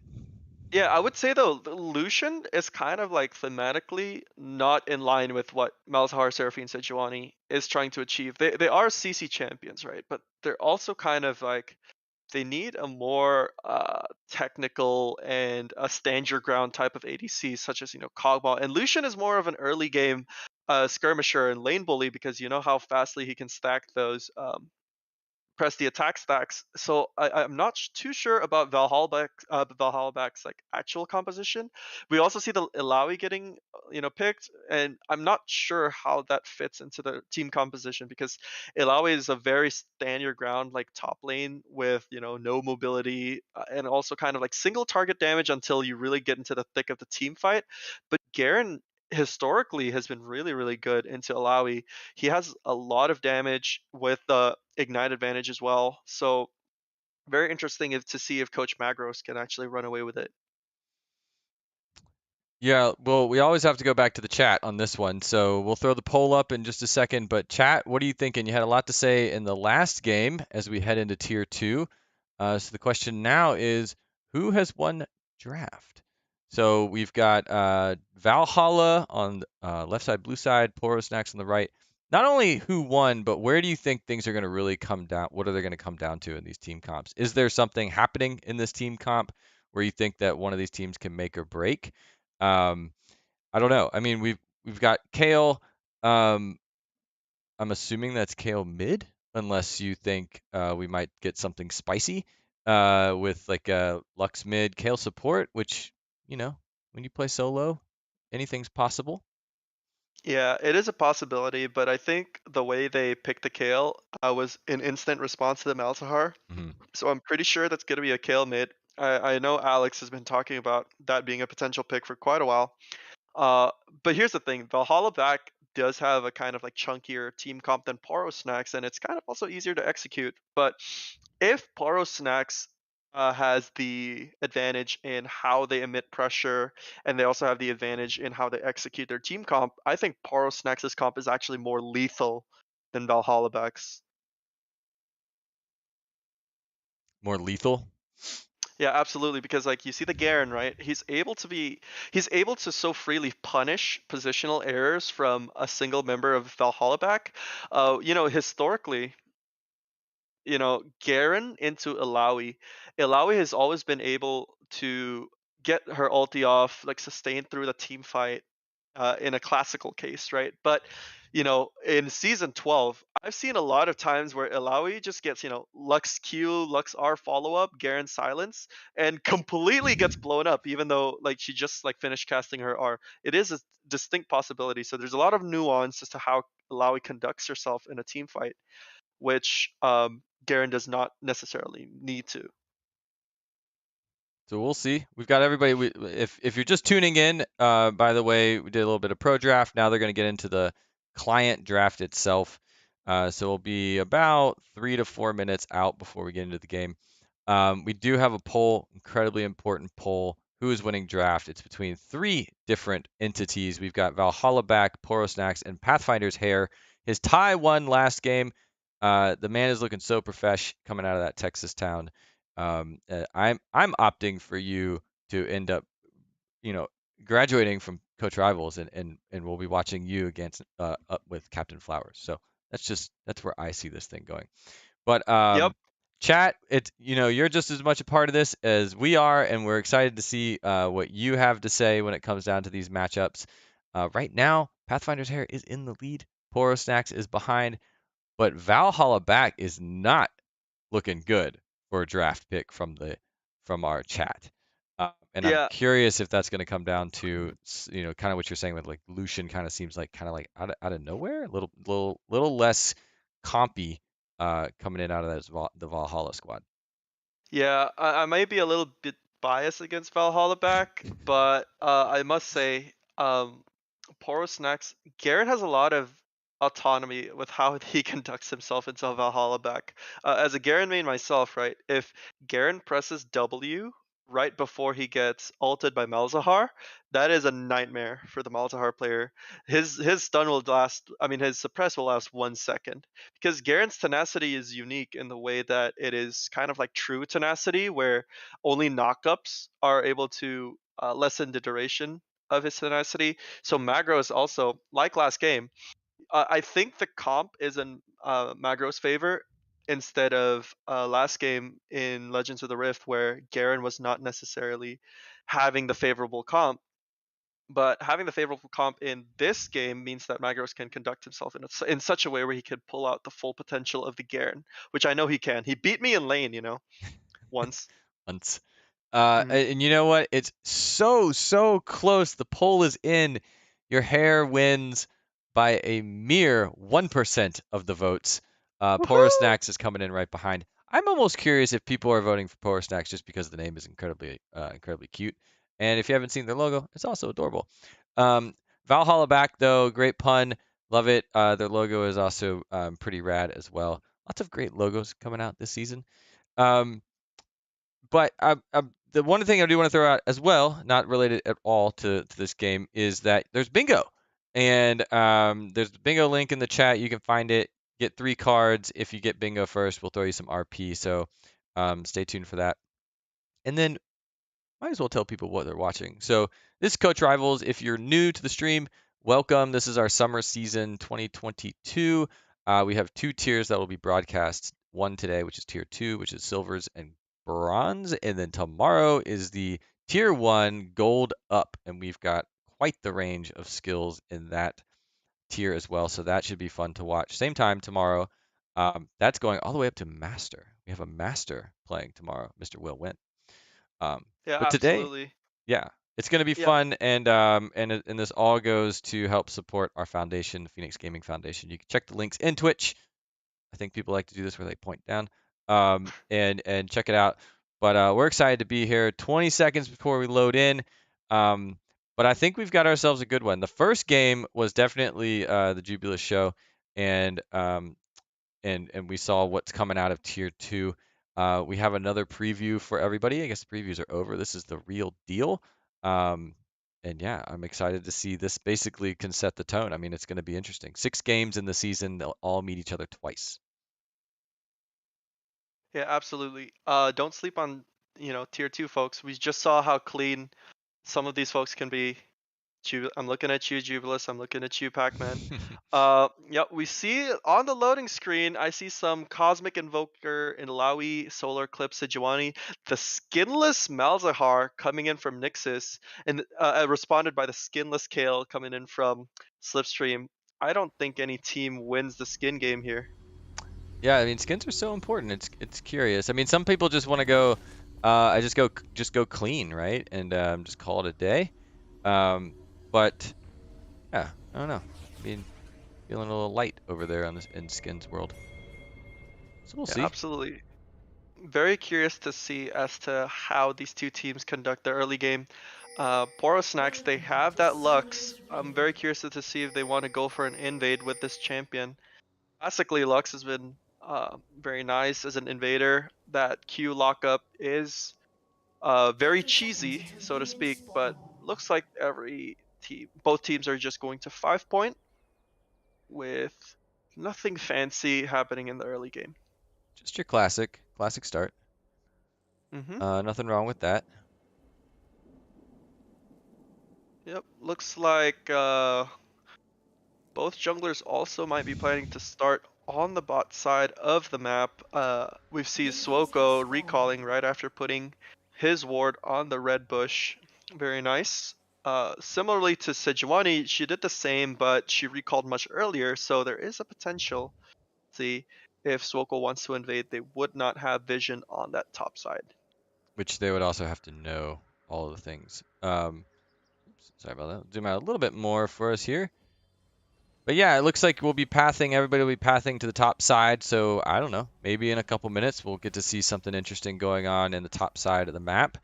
Early game, the pressure is on. The question is who's going to shove lane, or are we just going to see some patience and kind of feeling each other out as these teams kind of the first meet. I mean, we've had some community nights and some fun nights, but this is when all the teams are out on the Rift, and it's going to be a little bit of a testing, right? Like how far, what's the limit test with these teams, right?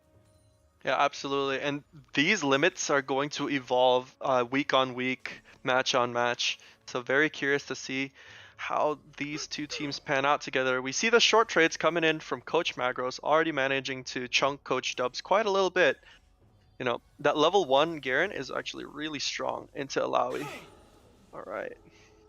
Yeah, both at level 2. Alawi going in on a little bit of a bigger trade there. They're both really low, like you said, but they're not holding back on any of that fight. We definitely see Loki Doki and Blueski pushed pretty far up early on, kind of assert some dominance there. Coach Magros is low, but spinning to winning as Coach Dubs is going to have to back out of this one. I think we're going to get first blood. It's going to go to Alawi.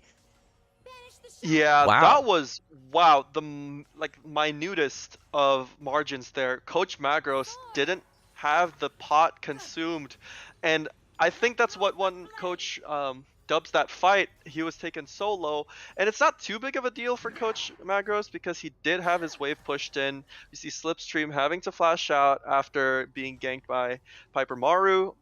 Coach Mustang earlier on in the game landed a really, really sweet E. But it is going to be that first blood by Coach Magros. Alawi not opting to take the teleport back to lane. Yeah, and that little bit of a flash in mid lane could mean that we might see something happening there. Oh, their root comes down onto the Lucian, but heal gets thrown down. Blue side getting very, very low. He still holds on to the heal. Balls of steel coming out of Blue Sky. We see Piper Maru on screen. Do you think she's going to be able to dive this bot lane? I don't know. It looks like she's backing off. Doesn't want to waste the time. Let's see what the gold is in the pocket. She's hitting that. She just bought some items, so decided to opt out since they're on the bot side of the map to just say, you know what, I'm gonna go back. I'm gonna get some items. Maybe let some things recall here. But yeah, I think we almost saw something else coming out of blue side down there in the bot lane as, I mean, Seraphine was so low. Yeah, him holding out on that heal, massive props. That is like the most major of calculations. As we see a trade coming down on the top lane, Coach Magros being chunked down low by Coach Dubs. The follow-up W does not Oh, but here land. comes that Graves sneaking up through the river. Yeah, Coach Dubs manages to react to it. They had a ward down on top side. Graves managing to clear it out. Yeah, so nice vision going for red side. They've got the top river kind of under control. They know there's a little bit of a ward going on there. But the bot side too, we saw that attempted gank from Piper Maru that caused that slipstream.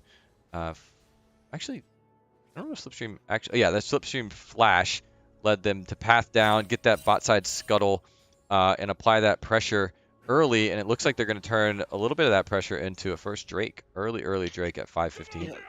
This is a bit of a scary Drake though. Piper Maru's taken pretty low. The smite does come in. Very well played. The blue team, they realize with their bot pressure, they could come in and take that Drake. Piper Maru was taken very low, but Swoko, after being spotted on the top side, they knew he didn't have the timing to be able to go down and contest the Drake.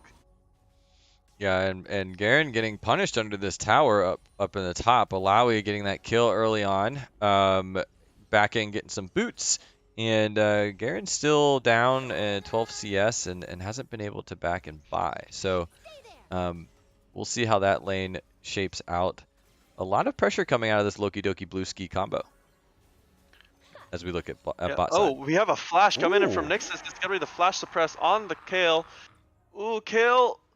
Oh, She will also hold her my. ultimate and Slipstream, like probably single digit HP, manages to get out of that situation. No teleport to come back to lane, but Nixus has used everything to push this Kale out of the lane. Well played by Slipstream. I mean, living up to their name, right? Just slipping out of there. I mean, I should have clicked on it to find just how much life was left. It was so low. Coach Magros is on the offensive, trying to clean up some minions, spinning to winning. We'll see what happens when Alawi hits that 6. I think things are going to really start to move up top. The comment in the chat was first kill and Drake, but only a 100 gold lead. I guess that's most of that is sitting in that that Graves Swoko pocket. with Nixus though. Nixus taken very low. He doesn't have the ultimate. Meanwhile, Kale also 6 has the ultimate. Swoko gets the ulti as Slipstream chases. Coach Dubs managing to start going into the fight. Coach Magros initiating the trade. The ignite comes down, the flash forward, and it's gonna be a dead Alawi. Coach Magros manages to get the solo bolo. Is this gonna be a follow-up in Piper Maru? Swoko is still really healthy. This is gonna be Malzahar in the bush, managed to get away. Slimmest of margins. Swoko's hungry for a kill. Piper Maru says, nope, I'm not Black Beetle. I'm getting out of there. Yeah, chasing deep into the jungle, knowing that Alawi had been taken out, so it's pretty safe to kind of be aggressive here, and it's going to get them also a blue sentinel. So a little bit of an invade too, going 1-1 now as Garen is able to get some retribution on that Alawi. Yeah, talk about cool, calm, and collected from Coach Magros. He doesn't care that he's 0-1. He would just solo kill the Alawi outright. He knows Alawi doesn't have Ignite. She could not have like contested his damage there. So really, really well played by Coach Magros. Yeah, and Coach Dubs is sitting on 1,800 gold in the pocket as they go in again, 7-6. But that ult is coming out from Alawi, and I wonder if some of the lack of backing is going to cost them now, as they're just a little bit down in items. And 1 level down, Alawi is able to get back on that Garen. The fastest back on the Rift is going to pick up some boots. Yeah, and ulti out of Coach Mustang in the bot lane is going to deny the blue side bot lane a really, really big wave. That's, you know, considering Allison's just starting to get into her role as ADC, managing to put out the enemy bot lane like this, it is a commendable achievement. Yeah, and it's going to set blue side up for going in on Rift. Swoko is just posturing around to see what's going on. Oh, Dubs, nice. With a little over the wall. Vision wins games. Vision and CS, if anyone's watching. Kills are great. They can definitely help, but knowing where everyone is one of the best ways to continue to stay ahead as Piper walks in on this ward. going to clear it. Slipstream knows they're there. I don't think we're going to see anything coming out of that mid lane on a gank. But, oh, nice use of our newest emoji, Black Beetle, dabbing us all the way across chat. Gotta love it. Yeah, and also Allison Cartera, she has a 14 CS lead into the Lucian. You know, Lucian's supposed to be an early game ADC pick, and he's starting to get behind in lane phase. So props to Allison managing to trade well and keep up the CS numbers. What I like though from Porosnax is they realize that their comp is very scaling in nature. They know they don't really have to contest the first Drake or the first Rift, you know, to risk getting other people in dang it, in the blue side ahead. So I'm impressed. Valhalla? By the way. Yeah, Valhalla back. Yeah, they don't want to give Valhalla back kills, that's for sure, because they already know they have the scaling Kale, they have the scaling Graves. They don't need to be able to do anything right now. As the ult getting pulled in, flash away from Slipstream once again. Another disappearing act from Slipstream to deny Nixus 2 kills now. Yeah, blue side coming in with the ultimate. The root's already going to be pulled down on the other side. Cartera with the ultimate gets the kill onto blue side. No response yet from any other member of the Valhalla back. Yeah, and now they're going to be taking the Mountain Drake, which is going to be amazing for them. Mountain Drake's going to give them a lot of nice healthy stats so that they can scale. I think Piper's looking to steal this with the Blast Cone. All right, Swoko. Swoko the Loco manages to get the dragon. Yeah. Also, I think in the previous fight, really well executed by Cartera. They were going for Coach Mustang, right? But then she manages to trap both, the Lucian, into like 2 phases of damage. So he couldn't dodge any of it. So really good teamwork coming from the bot lane of Porosnax. Oh, Coach Magros taken very low. He manages to clear the Alawi tentacles though, and if you guys don't know, if Garen kills an Alawi tentacle, it actually buffs him his W, so he'll scale easier. Yeah, it counts as a creep. Oh, right, and you get some gold out of it. Yep. There is a pretty significant lead on the top side though, as we see Swoko coming in. Coach Dubs not really having enough mana to be able to cast their ultimate. Coach Dubs, silence, ignite, there bam, they go. Masia baby. Coach Dubs is taken very low. I think Slipstream has to R? No, once again, Oh my God. Slipstream, aka TI-84, manages to get out with the slimmest of health margins. This is gonna start doing some mental damage to Nixus, because this is the 3rd time that disappearing act has worked. Yeah, next time we're going to see Nixus is just going to pop flash and go for the turret dive and risk everything just to get one on the board. I mean, brutal. The thing is Nixus is up in CS a pretty commanding amount, so getting the kill isn't necessarily that important for them.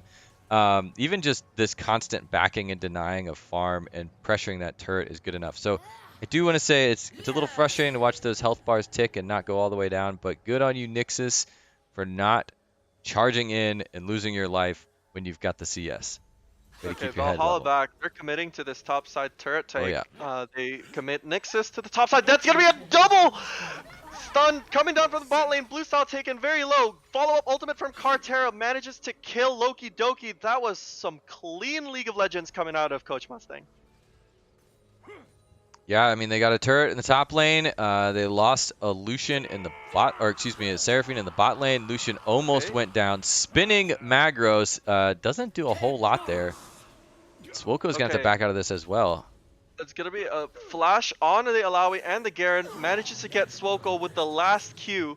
Coach Magros was spinning in the middle of Nixus's ultimate, but it does mean that Garen does lose his life. However, the bot lane's getting really pushed in.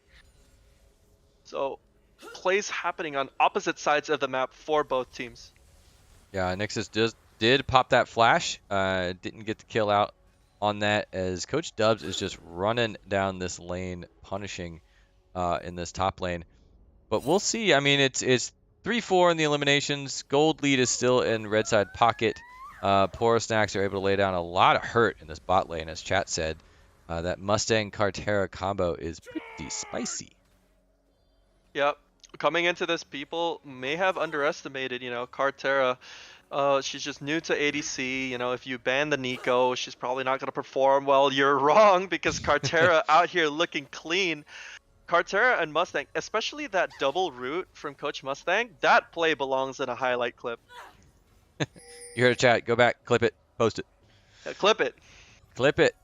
So yeah, CS lead still up for that for MF, only 12 right now. And it's 20 in the mid lane. So an assist going over to Malzahar, so helping to feed the wallet over there. Let's take a little peek at the gold situation. Where is everything sitting?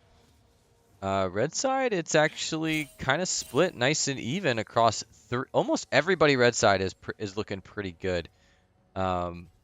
Which, the biggest wallet right now is sitting in that Alawi.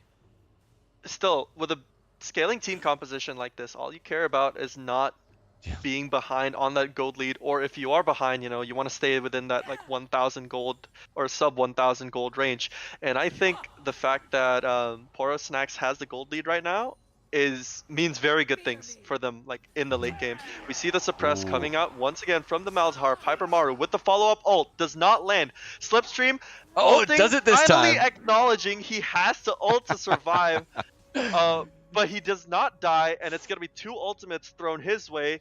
Swoko already with a level lead, though, into the Alawi, and he's also going to be able to absorb this mid wave. Well played. Fourth time. Fourth time. Unbelievable. But yeah, I mean, honestly, Slipstream stays alive a little bit longer, hits those Kayle milestones, and all of a sudden, Kayle becomes a huge problem. They just need to outlast a little bit. To carry that through. Garen can just go tanky boy, and that can really turn the tide. I mean, they are up in gold, but looks like objectives are even now. I mean, the Drakes are even.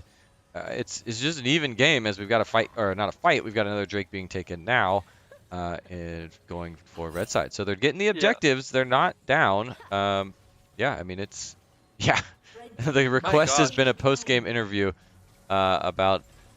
Flying away and the calculated plays, just knowing exactly how long to stay. Yeah, Slipstream, he's only 1 level away from the level 11 Kayle power spike. We see Loki Doki recalling, right? And right in the middle of the recall, that's when the Dragon Take starts being taken. So really good coordination coming out of Poro Snacks. That Hextech Drake is going to buy them so much time. Now they can choose to just farm up for the next 4 or 5 minutes, and they really don't have to do anything. They can just chill, sit back, absorb the minion waves, and like next thing you know, it's gonna be level 16 Kayle breathing down your neck with Rift Maker, autopilot Kayle just doing decimating things to waves and anybody who's near them. Yeah, really impressed with how the early game is going. So itemization choices, we see Swoko coming in with his signature Umbral Glaive pick. We see the Hullbreaker actually being picked up by Coach Macros. I approve of this Hullbreaker. I think, especially when you're behind into a matchup such as Alawi's, it can curb how far behind you can be taken out. Yeah. We see a lot of resources being put on the top side. Piper Maru putting the second Shelly on the Rift. Alawi ult does come down. Coach Macros taken very low. Yeah, but this here is comes Slipstream. Slipstream's here, probably going to hit 11 soon. Goes in. Alawi pulls in. That Rift Herald able to do big work in the top lane, taking a turret, almost taking down that top lane inhib turret. And really, they got away kind of free on this. It looks like they might even get this mid lane turret, or at least get really close to it. So a nice use of the Rift in the 18th minute to really pop open the top lane. But you did mention that if they aren't keeping on that top lane. Piper Maru with an engage down in mid side. 2 ultimates already thrown in, but for Coach Mustang, Swoko gets tagged up by the Seraphine. Coach Dubs having to flash away because Swoko still has that red smite. But look what's happening topside. Yeah, that Hullbreaker really coming in. Yep. And I mean, that's the thing. You can't leave that top side on the island by themselves with that item, because there you go. The TP is going to come in sitting at 50% health. and yeah, having to break away. So all of a sudden, things are looking really nice, but oh, top lane's about to be cracked open, and the rift is about to be a little bit more equal. The gold lead has shifted to blue side to Valhalla, but not by that much. Yeah, I mean, I think these are significant, like takes by Valhalla Black. They have the tier 2 top turret and the tier 1 mid turret, and the gold only swings their way 600 gold. That is next to nothing, you know. And Coach Magros managing to get out of there with Piper Maru's blue. Sneaky, sneaky Coach Magros. Well played. And I think this is going to translate well as Slipstream managing to 1v1 blue side with the ultimate out to curb that Kale. And I think Swoko has done so well just to buy time. He just bought so much time for Kale to scale, for Coach Magros to get on that hull breaker, that, you know, their fates are not necessarily sealed yet, especially since Swoko has a level and CS lead into the Sejuani. Yeah, and it looks like our Funski scoreboard decided to work all of a sudden, so that was exciting. Yeah, we see Nixus though getting Herald the kill. ward. All sorts of things going crazy. So we'll take a peek at that. We got some pretty cool. This would be such a fun game to see some of these stats on, because it's going back and forth so well. It would be really interesting to kind of see some of the breakdown that we'll find. Oh, there's another flash coming out from Nixus, trying to get in on this Kale. There's that 6, or there's that R coming out and staying alive. Yep, still nothing doing, I think. Alex must be singing Staying Alive, like right about now. Staying alive, because that's what he's doing. We do see the dragon being prepared by Valhalla back. We do also have that bot lane wave pushing in. I don't think Porosnax has to contest this in any capacity whatsoever. They really are not in any pressure as Garen starts wailing on the top lane tier 2 turret. It's happening. Oh, blue side taken pretty low, having to burn that flash. Drake is not even up. Tier 2 turret's already down. The gold lead swings back into Porosnax's favor. Yeah, it just goes back and forth. It's a little bit of a pendulum here. And look at the work. All of a sudden, the quick return, top turret, equal. We're back to equal. That Alawi lead early on has been completely pendulumed as blue side looks like they're going to be able to take this Drake. And it's, I mean, look at that. It's back to even. Two completely evenly matched teams at this point. CS is a little bit different there, but as far as objectives go, I mean, both teams are doing a great job of just playing for what's important. And not getting lost in any bit of chase or anything. We haven't seen really any chasing except early on when Swoko was going in on Piper, but only after an early Alawi kill, so knowing it was safe. So tons of discipline from both these teams. Yeah, good on Swoko and Slipstream to like really know their limits with the champions. Slipstream especially, like, my god, how calculative could you get, right? Before the durability update, he would have been 0-4.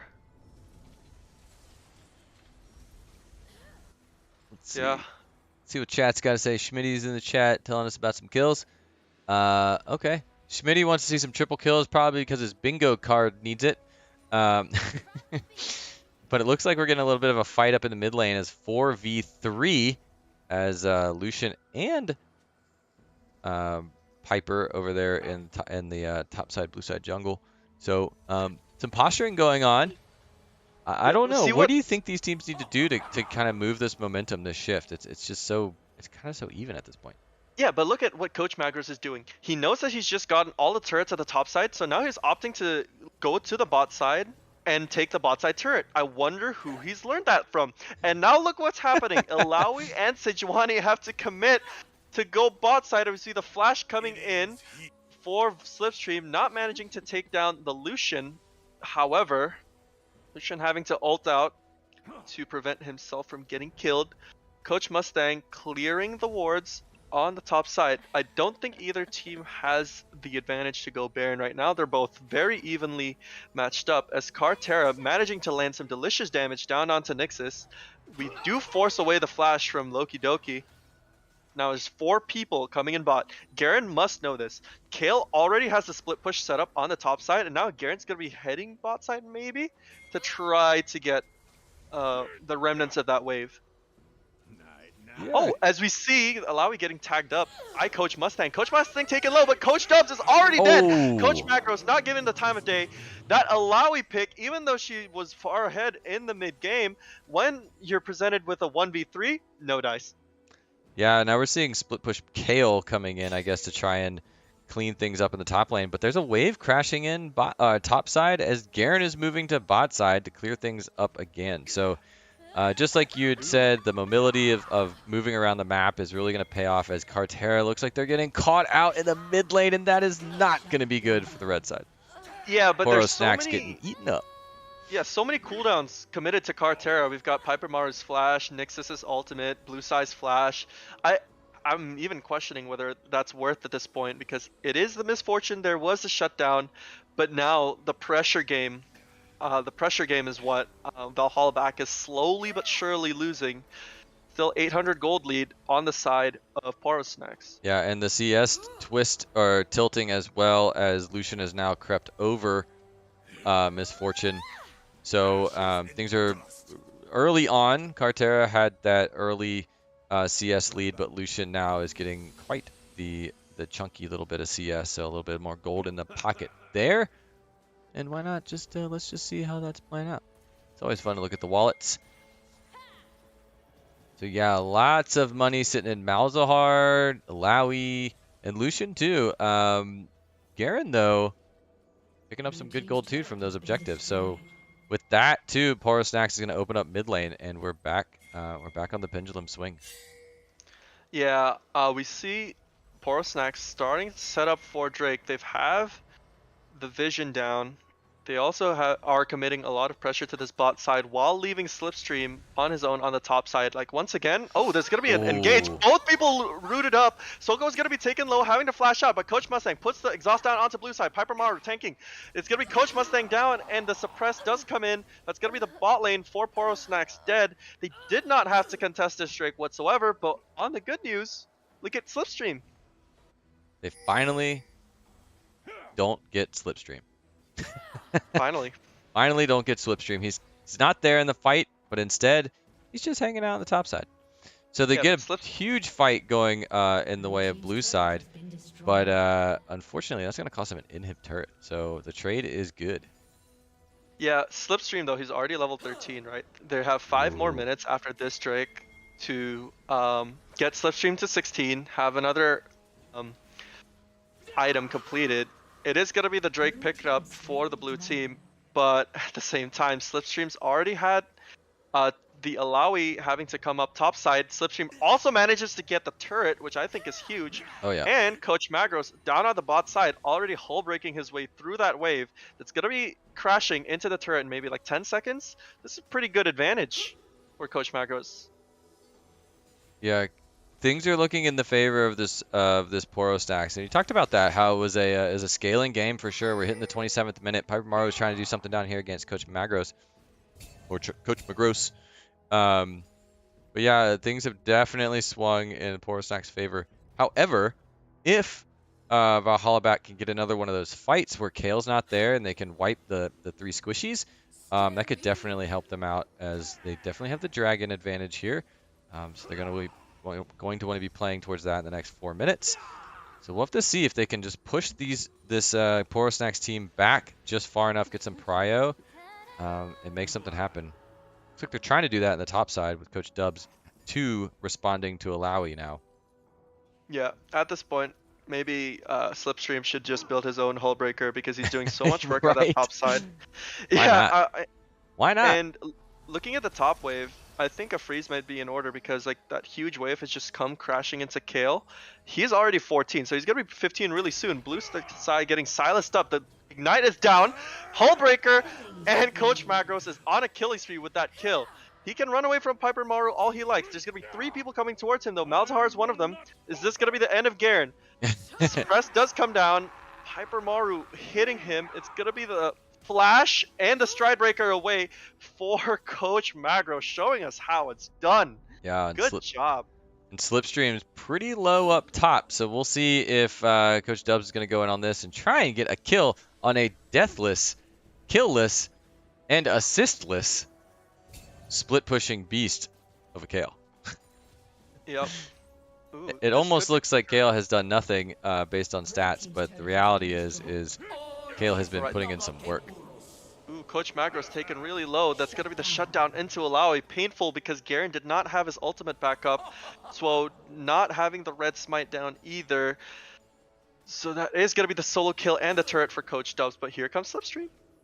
Yeah, Coach Dub's looking really low in this, and that's going to be a trade in topside for inhib turrets, and now we're back to 5 and 5. The gold is pretty even, just about 1,000. So I mean, it's literally been answer, call. Yep. And if I were Poro Snacks right now, I'm just going to be saying, hey, Kale, you have that teleport. Split push to 16, back for an item, and then TP in to prevent this Drake Soul from being taken. The Hextech Soul is pretty beneficial for both teams, but I wouldn't say it's going to be as strong as something like a Mountain Soul or an Infernal Soul. So, glad to see. Yeah, The, and that's huge. I mean, they're up by 2 eliminations. Picking up the soul would be huge. A little bit of a clear for vision up top. So, I mean, who knows? Maybe in a minute and a half we see a trade for that Drake for Baron instead. I don't know. We'll see. Yep. But tick, tick, tick. Slipstream is already level 15. Just one level to go. CS lead against the Malzahar also obtained. We see her opting into that Wit's End because, as you know, so much damage coming out from Malzahar. That magic resist is definitely sure to help. The lifesteal is also sure to help against someone like, Sejuani. But I think, in my opinion now, this is where Lucian starts to fall off compared with Misfortune. Yeah, Misfortune still has a bunch of utility and that ult that can really just lay down with the CC combos. But I'm curious to see as I was just looking at the score and I realized like just how low of a kill game this is. Because it's been mostly about these objectives and posturing and moving. As we see blue side, 38 seconds left before this Drake opens up. They're looking for something sneaky here, and I think they're going to get it, and it's not going to go well for red side.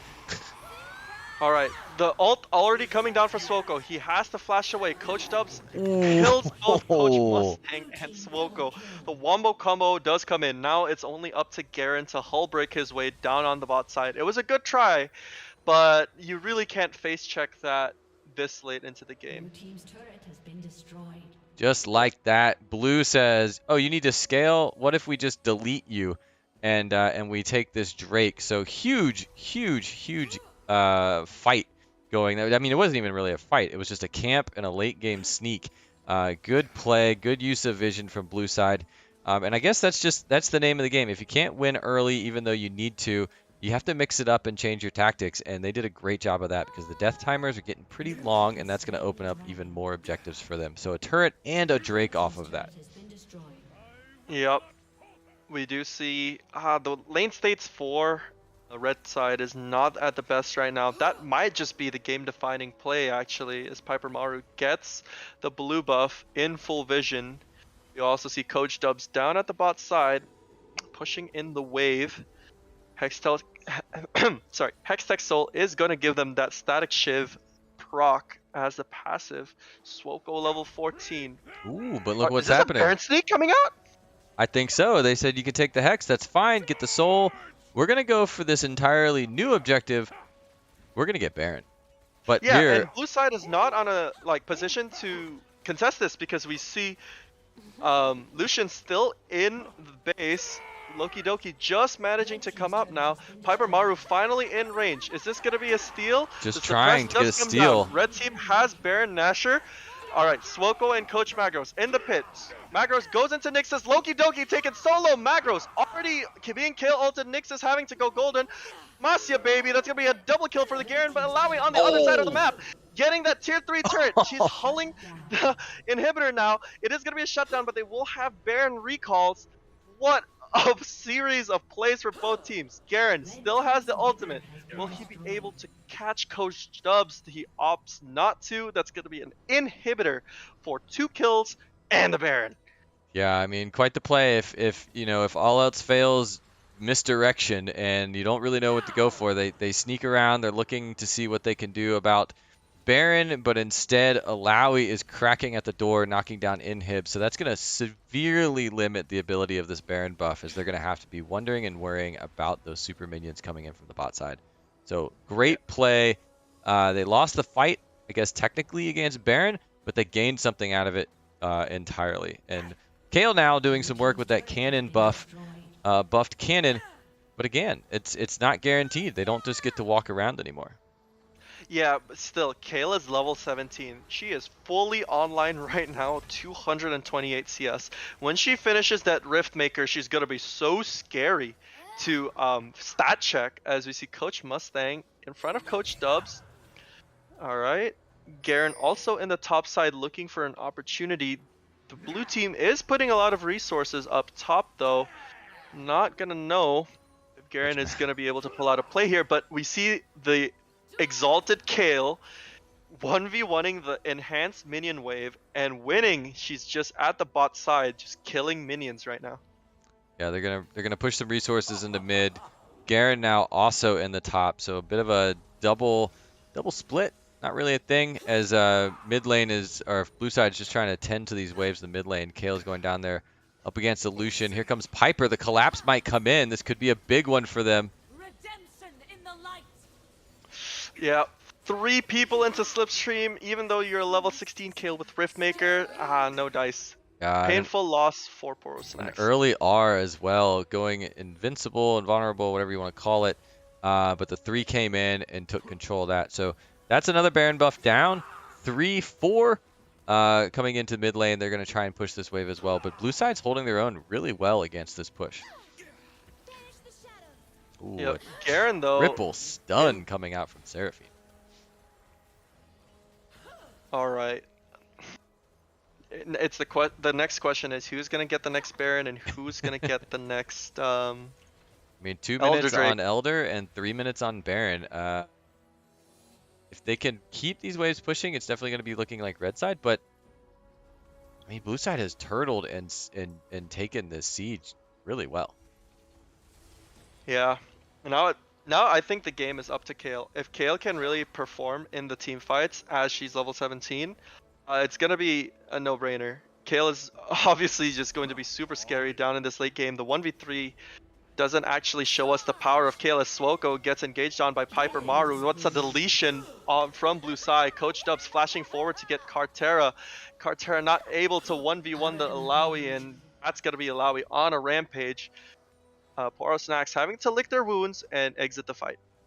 Yeah, getting caught out. Swogo a little bit too deep. Vision getting cleared. They still have some vision down there. Lucian walked through some deep red side vision. But yeah, the MF not able to contend. Powerful champ, but getting caught out by a super tank. Not going to go very well. But Kayla is pushing top side. Piper's going to have to respond to that one, it looks like. But yeah, I mean, again, blue side's in favor. The Baron buff's got to be going down soon. But 49 seconds left. I mean, nobody wants to die right now. That timer is too long, and that is basically giving up an Elder. And All right, 2 people onto Piper Maru. Onto Slipstream. Make that 3. It's gonna be golden from Slipstream. That's gonna be 3 people though. everything. Yeah, everyone. The Elder Drake is gonna be coming up. Coach Dubs and Loki Doki in position, but now blue team has to take their entire team comp and throw them at Drake, and let's see what happens out of it. Swoko is also 16. We see the level leads starting to slowly diminish. There is going to be no Malzahar ulti. Coach Mustang, great vision control, managing to get that vision down at the bot lane. Yeah, Kale's got 30 seconds left, so this is definitely 5v4. If they want to go in on this, it's quite the call. MF's not even there. Garen's not there either. Just kind of posturing, I guess, hoping to get some cleanup. Maybe steal with the Lux ult. But yeah, this Elder is twisting towards blue side. That is huge, as, you know, keep using this pendulum. I mean, things are definitely moving. But look at that gold. I'm just, like, still less than 1,000. Yeah, still even. These two teams are just so evenly matched up. Garen is starting to get a little bit pushed out here on the bot side. We see the resets coming down from the blue team, and now with the Hextech Soul and the Drake Soul and the Elder Drake, all red team has to do is take a deep breath, wait 3 minutes. Just do what That's blue. Well, all they have to that's do is it. just do what Valhalla back did when they had Baron. Just sit back, Okay. be chill, calm down, don't get collapsed on, which is what it looks like might be happening in top lane with MF. But what's happening bot side? Ooh, good tag. Oh, that's gonna be blue side taking solo. The ultimate from the graves manages to catch it. Slipstream on the chase. Coach Jubs doesn't have the Sterix gauge anymore. However, Piper Maru comes in with the stun. The ulti from Slipstream comes out. So does the flash. But it is still a 1-for-0 Look for the at side bot of side. Borisnax. It doesn't matter what's happening mid lane because Garen says, I don't care. I'm just gonna I'm in take your inhib. base. I'm in your base. I've got 2 waves of minions with me. What are you gonna do about it? My god, they managed to get an inhibitor while the Elder Drake is live. You cannot make this up. This is completely unscripted from Coach Rivals here. Yeah, a little bit of an ARAM trying to just do work in the mid lane. They're trying to get something. Ooh, look at that punch. Trying to get something out of this Elder. I don't think they've even gotten one elimination off of that buff yet, but it actually has cost them an inhib. So blue side kind of back to turtling. A lot of rotations, a lot of movement going on. I don't know what's the next play. Baron is open and live. I mean, they've got Elders, Yeah. so they could fight this if they can do it before time is up. It would at least give them a benefit in a fight. But man, I don't know. It's dicey for both Yeah. teams. They got to make a call here. Yeah, see where Coach Magros is pathing though. He's pathing bot lane to that exposed inhibitor. The teleport also comes in from Slipstream. This might be the game-ending play. Carterra already in the Drake pit. There's gonna be some damage. Ooh, the MF damage does come in really nice. Coach Dubs gets tagged up. That's gonna be the ult Ooh. from Lux to deny the recalls. Is this gonna be a base race here as Alawi puts down the ultimate? Carterra not given the time of day. Blue Sky ult. There's gonna be one Nexus turret already up. The calls are coming. Delay the backs. Stop the backs. Blue side gets dead. It's gonna be 2 versus 2 for the Nexus. Coach Magros and Slipstream. That's gonna be the game. Oh my And it's god! gonna be Poro Snacks to take it against Valhalla back. Unbelievable backdoor. I mean, just oof. Wow. I have goosebumps and my hands are shaking. No, you can't make this stuff up. My god. Unbelievable. Wow. That, I mean, what a game. Let's move into yeah, I mean, post that was just nuts. Not sure what I'd happened just like to your- say Coach Mustang did the most damage for Poro Snacks at 25k. That is, and she's only 4k behind Alawi, which is the MVP for the game. So it's like, wow, yikes. Yeah, that was a heck of a game. It's like our poor little Cam's got cracked, but yeah, unbelievable. I mean, talk about a back and forth. I mean, so many different players did so many things that could have turned the tide and moved things around, but in the end, ultimately, Horror Snacks take the cake. I still can't believe that just happened. Wow. Where do you think it went? How did things go down? Oh my god. Talk about Expeke. Yeah, it's literally just the back door that happened to decide the game for us. Poro Snacks had the unfortunately gave out some key picks in the later stages of the late game, which was how I can't think right now, because how Valhalla back managed to get the Elder right, but they controlled that Elder so precisely, so well. The calculated kill coming out also from Coach Mustang to Blue Sai. Sorry, not Coach Mustang, to Swoko. Swoko the Loco taking down that Lucian with the ultimate was just wow. Under Elder? Like, man, Swoko is a Loco, right? And then afterwards, I like how they decided to fight after the Baron. They made their reasoning as to like, okay, we're gonna let you have the Baron, right? But we're gonna use our cooldowns to make sure you can't back. And I think that's when you see Coach Dubs and the rest of Valhalla back. They kind of stuttered a little bit. They were like they didn't know who should be backing and who should be um taking the fight, which is why the Alawi like ulted forward, right? Yeah. So, but Blue Sai also thinking the Alawi ult forward is like a commit to the fight, so that's why he also like postured his champion forward, and that is essentially what allowed Garen and Kale to do it. My God, talk about macro play. The TP coming in from Coach from Coach Alex, just wow, wow. Yeah, I mean, really something crazy. Amazing game, and a really great start to the season 2, or summer season 2022. Man, that's a lot of tons of fun. First game, Legends of the Rift were taken out, but in this game it was much more back and forth. So I'm excited to see how all these teams play against each other as we get into it.